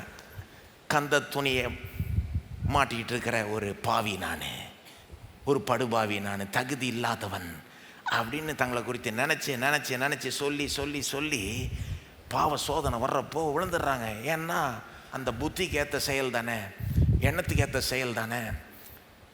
ஆனால் இயேசுவினுடைய நீதியை நாம் தரித்திருக்கிறோம், உச்சந்தலையிலிருந்து உள்ளங்கால் வரைக்கும். பாருங்க, இந்த சட்ட துணி கூட நம்மளை ஃபுல்லாக கவர் பண்ணுறது இல்லை. ஆனால் இயேசுனுடைய நீதி உச்சந்தலையிலிருந்து உள்ளங்கால் வரைக்கும் நம்மளை கவர் பண்ணுது. கிறிஸ்துவுக்குள் நாம் நீதிமான், தேவ நீதி ஆயிட்டோம். அது எவ்வளோ ஒரு தூய்மையான ஒரு சூட்டு மாதிரி. அது இயேசுவனுடைய நீதியே தரித்திருக்கிறோம் என்ற உணர்வு வந்துருச்சுன்னா பாவ கரையை நம்ம விரும்ப மாட்டோம். ஐயோ வேணாம் போ, இது நமக்கு ஒத்து வராது. அவன் பாவத்தை விட்டு விலகி ஓடுவோம். கிறிஸ்துவுக்குள் நான் நீதிமானாக்கப்பட்டிருக்கிறேன்ற சத்தியத்தை நீங்கள் நல்லா அரவணைச்சிக்கிட்டீங்கன்னா, அந்த எண்ணத்தை உங்களுக்குள்ளேயே வளர்த்துக்கிட்டீங்கன்னா, பாவம் செய்கிறதே இன்னும் கஷ்டமாயிடும்.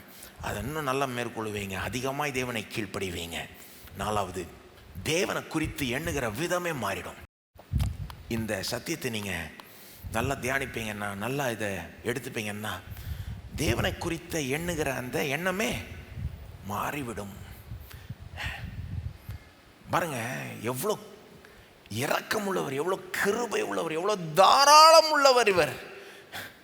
இயேசுனுடைய நீதியை நமக்கு கொடுத்துடுறாரு, நம்மளை நீதிமான் முதலே தீர்த்து விட்டுறாரு. நியாய தீர்ப்பு நாள் வரைக்கும் வெயிட் பண்ணாம இப்பவே நீதிமான் நம்மளை தீர்த்து, இப்பவே நீதிமான் ஏற்றுக்கொண்டு அப்படி வேலை செய்கிறார் இல்லையா? இது எவ்வளோ வித்தியாசமான ஒன்று. இதை நீங்கள் இதோட கம்பேர் பண்ணி பாருங்கள். பொதுவாக நீங்கள் வேலைக்கு போனீங்கன்னா உங்களை எப்படி எடுப்பாங்க? ப்ரொபேஷனில் எடுப்பாங்க. எப்படி எடுப்பாங்க? ப்ரொபேஷன்னா வேலைக்கு சேர்ந்தீங்கன்னா என்ன சொல்லுவாங்க? 6 மாதம் ப்ரொபேஷன், நீ எப்படி செய்கிறேன்னு பார்க்கலாம், பார்த்துட்டு முடிவு எடுக்கலாம். அப்படி தானே? அப்போ தேவனும் அப்படி பண்ணியிருக்கலாம்ல. அவர்கிட்ட வந்தப்போ, வா நீன்னு கிறிஸ்துவை ஏற்றுக்கொள்ளு, ஒரு 10 வருஷம் பார்க்கலாம் உன் கதை எப்படி இருக்குன்னு, அல்லது ஒரு வாழ்நாள் பார்க்கலாம், அப்புறம் கடைசியில் நான் தீர்ப்பு கொடுக்குறேன் அப்படின்னு சொல்கிறத விட்டுட்டு என்ன பண்ணுறாரு? என்னிடத்தில் வருகிறவனை நான் புறம்பே தள்ளுவதில்லைன்ட்டு ஏற்றுக்கொள்கிறாரு. ஒன்றும் இல்லை, ஆண்டவரே என்னை ரட்சியும், என்னை ரட்சியும், நான் பாவி, நான் பாவம் செய்து விட்டேன், என்னை ரட்சியும், நீர் ஒருவரே என்னுடைய நம்பிக்கை, நீர் ஒருவரே ரட்சகர், நீர் ஒருவரே ஆண்டவர், இயேசுவே ஆண்டவர் விசுவாசத்தோட சொல்லுகிற அறிக்கையிடுற எந்த மனுஷனையும் தேவன் ரட்சிக்கிறார். ஒரே செகண்ட்ல ரட்சிக்கிறாரு. எப்படி ரட்சிக்கிறார்? கிறிஸ்துவோட இணைக்கிறாரு. அந்த ஒரே செகண்ட்ல அவனை நீதிமான் என்று தீர்த்து விட்டு நித்தியம் வரைக்கும் அந்த தீர்ப்பை மாற்ற மாட்டேங்கிறாரு. அதுக்கு போல என்ன தீர்ப்புக்கு மேட்ச் ஆகிற மாதிரி மாற்றி விட்டுறாரு. எங்க போய் சொல்றது இவரை? இது ரொம்ப ஓவர் கிருபை, இது ரொம்ப ஓவருங்க. இது எல்லாரும் என்ன சொல்லுவாங்க? நீ உன்னையே நிரூபிச்சு காமின்னுவாங்க. அவர் என்ன சொல்றாரு? நான் உன்னை நிரூபிச்சு காமிக்கிறேன், நீ நீதிமான். கடைசியில் அது விளங்கிவிடும். இறுதி நாள், நியாய தீர்ப்பு நாள் வர்றதுக்குள்ள நீ நீதிமான் என்று உன் கிரியையை காண்பிக்கும் என்றாரு. நியாய தீர்ப்பு நாளில் நம்முடைய கிரியை இருக்காதுன்னு நினச்சிக்காதீங்க, இருக்கும். வர வச்சிருவாரு, மாற்றி விட்டுருவார், மாற்ற விட மாட்டார். நம்புங்க. இவர் செயல்படுற விதமே வேற. எல்லாரும் இந்த உலகத்தில் எப்படி சொல்லுவாங்க? நீ உன்னையே ப்ரூவ் பண்ணி காமி, நீ ப்ரூவ் பண்ணுற அளவுக்கு ஒன்றை நாங்கள் நடத்துவோம், ரிவார்ட் பண்ணுவோம், பலன் அளிப்போம். இவர் என்ன பண்ணுறாரு? ஒன்றுமே ப்ரூவ் பண்ணாத நேரத்தில் நீதிமான், போ, முடிஞ்சது கதை, நித்தியம் வரைக்கும் நீ செக்யூர் அப்படின்றாரு. எவ்வளோ இரக்கம் உள்ளவர், எவ்வளோ கிருபை உள்ளவர். இவர் தான் நம்முடைய தேவன். இந்த சத்தியத்தை புரிஞ்சுக்கிட்டீங்கன்னா நீங்கள் தேவனையே வேற மாதிரி பார்ப்பீங்க. நிறைய பேர் இன்னைக்கு தேவனை இப்படி பார்க்காததுக்கு காரணம் இந்த சத்தியம் அவங்களுக்கு தெரில. தேவனை நிறைய கிறிஸ்தவங்களை எப்படி நினச்சிக்கிட்டு இருக்காங்க? அவர் நம்ம ஜெபிச்சா கேட்பாரா, கேட்டால் தருவாரா, நம்மளை தண்டிப்பாரா, இப்படியே அவரை குறித்த சந்தேகத்தோடையே வாழ்ந்துக்கிட்டு இருக்காங்க. ஆனால் இந்த சத்தியம் உள்ளே போயிடுச்சுன்னா அவர் எவ்வளோ இரக்கம் உள்ளவர், கிருபை உள்ளவர், இரக்கத்தில் ஐஸ்வர்யம் உள்ளவர். அவருடைய கிருபையின் தாராளத்தினால் நம்மை ரட்சித்து நீதிமான் ஆக்கி நம்மளை நடத்தி கொண்டு இருக்கிறார் என்பதை புரிஞ்சு கொண்டு தேவனையும் வேற மாதிரி பார்க்க ஆரம்பிச்சிருவீங்க. 5வது, உங்கள் ஜெபமே மாறிடும். உங்கள் ஜெப வாழ்க்கையை முன்னேறிடுங்க. இந்த சத்தியம் நீங்கள் உள்வாங்கிக்கிட்டீங்கன்னா, இதை தியானிப்பீங்கன்னா ஜெபிக்க ஒரு ஆசை வந்துடும். இப்படிப்பட்ட தேவனோட நெருங்கணும், அவர்கிட்ட போய் பேசணும், கொஞ்சம் நேரம் செலவழிக்கணுன்ற விருப்பம் வந்துடும். நிறைய பேருக்கு விருப்பம் இல்லாது இப்படிப்பட்ட சத்தியங்கள் அவங்களுக்கு தெரியல. தேவன் எவ்வளோ செஞ்சிருக்கிறாரு, அவங்க எதிர்காலத்தை எப்படி மாற்றி விட்டாருன்னு தெரில. அவங்களுக்கு தெரிஞ்சிருச்சுன்னா நம்ம அவரோட பேச விரும்புவோம். விருப்பம் மட்டும் இல்லை, ஜெபத்தில் ஒரு தைரியம் வந்துடும். நிறைய தடவை நம்ம ஜெபத்துக்கு பதில் கிடைக்காத காரணம் தைரியம் இல்லை. அது இன்னொரு வார்த்தை சொல்கிறேன், விசுவாசம் இல்லை. விசுவாசம் என்னது? தேவன் பேரில் இருக்கிற தைரியம். தேவன் கேட்குறான்ற தைரியம், தேவன் கேட்குறான்ற நிச்சயம், அல்லது நிச்சயன்ற வார்த்தை பயன்படுத்தலாமா? நிறைய பேருக்கு ஜெபத்தில் பதில் கிடைக்காத காரணம் நிச்சயம் இல்லை. சந்தேகத்தோடு ஜெபிக்கிறாங்க, நிச்சயம் இல்லாமல் ஜெபிக்கிறாங்க. ஆனால் இந்த சத்தியத்தை நீங்கள் உள்வாங்கிக்கிட்டீங்கன்னா இது உண்மையிலே நம்ப ஆரம்பிச்சுக்கிட்டீங்கன்னா, இது அரவணைச்சிக்கிட்டீங்கன்னா, எப்போ என்னை நீதிமான் என்று அறிவிச்சிட்டார், எல்லா தகுதி உடையவனா என்னை பார்க்குறார், என்னை ஏற்றுக்கொள்கிறான்றதை புரிஞ்சுக்கிட்டீங்கன்னா உங்கள் ஜெபமே வேற மாதிரி ஆகிடும். தைரியமாக கேட்பீங்க, நிச்சயத்தோடு கேட்பீங்க. என் ஜெபத்தை அவர் கேட்குறார்ன்ற நிச்சயத்தோடு ஜெபிப்பீங்க. அவர் நிச்சயமாக எனக்கு உதவி செய்வார். சொந்த குமாரனை எனக்கு கொடுத்தவர், மற்ற எல்லாவற்றையும் அவரோட கூட அருளாதிருப்பது எப்படி என்ற ஒரு நிச்சயத்தோடு ஜெபிப்பீங்க.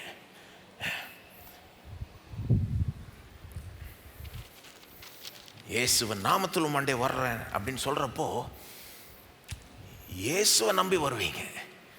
உங்கள் நீதியை இல்லை, இயேசுனுடைய நீதியை. 6வது,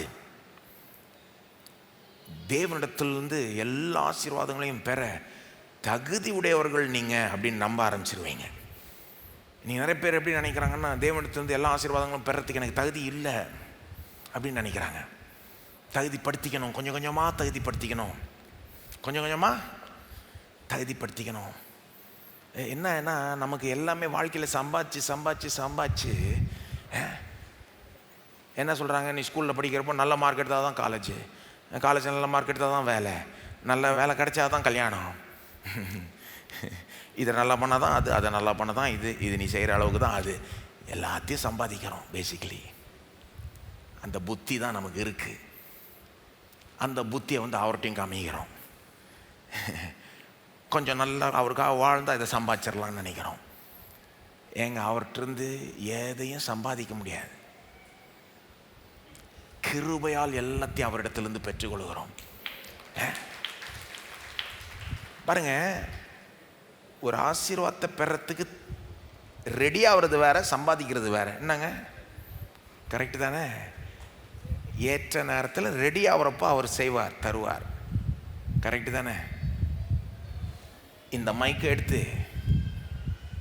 1 வயசு பிள்ளைகிட்ட கொடுத்தா அது தகாது. ஏன்னா அந்த பிள்ளை மைக்குக்கு ரெடி கிடையாது. இப்போது அந்த பிள்ளை ஒருவேளை நாளைக்கு இருக்கிறதுலே பெரிய பாடகராகலாம், இருக்கிறதுலே பெரிய பிரசங்கியார் ஆகலாம். ஆனால் மைக்கை பிடிக்கிறதுக்கு ரெடி இல்லை. ஆனால் 30 வருஷம் தாண்டி அது மைக்கை பிடிக்கிறப்போ அது சம்பாதிச்சிருச்சுன்னு கிடையாது, ரெடி ஆயிடுச்சு, அவ்வளோதான். அவர்கிட்ட எதையும் சம்பாதிக்கலாம் முடியாது, பெறதான் முடியும். இலவசமாய் அவருடைய கிருபையினால் அவர் அருளுகிறதை விசுவாசத்தை கொண்டு நாம் பெறதான் முடியும். ஆனால் இந்த சம்பாதிக்கிற புத்தியை வச்சுக்கிட்டு அவர்கிட்ட போய் ஆசீர்வாதங்களை சம்பாதிக்க பார்க்குறோம் பாருங்க, தப்பு. அவரே இன்சல்ட் பண்ணுறோம். இந்த சத்தியத்தை புரிஞ்சுக்கிட்டோம்னா என்ன புரிஞ்சுப்போம்? நீதிமான் தகுதி உடையவன் சொல்லிட்டாரு. எல்லா ஆசீர்வாதங்களையும் பெறத்துக்கு தகுதி உடைய என்ன தீர்த்து விட்டதுனால நான் இப்போ எதையும் சம்பாதிக்க பார்க்கல, என்னை தகுதி உள்ளவனா அவர் பார்க்கறதுனால நான் எல்லாத்தையுமே அவரிடத்திலிருந்து கிருபையால் பெற்றுக்கொள்கிறேன். எனக்கு புரியுது, சில காரியங்களை நான் பெற்றுக்கொள்கிறது ரெடி இல்லை,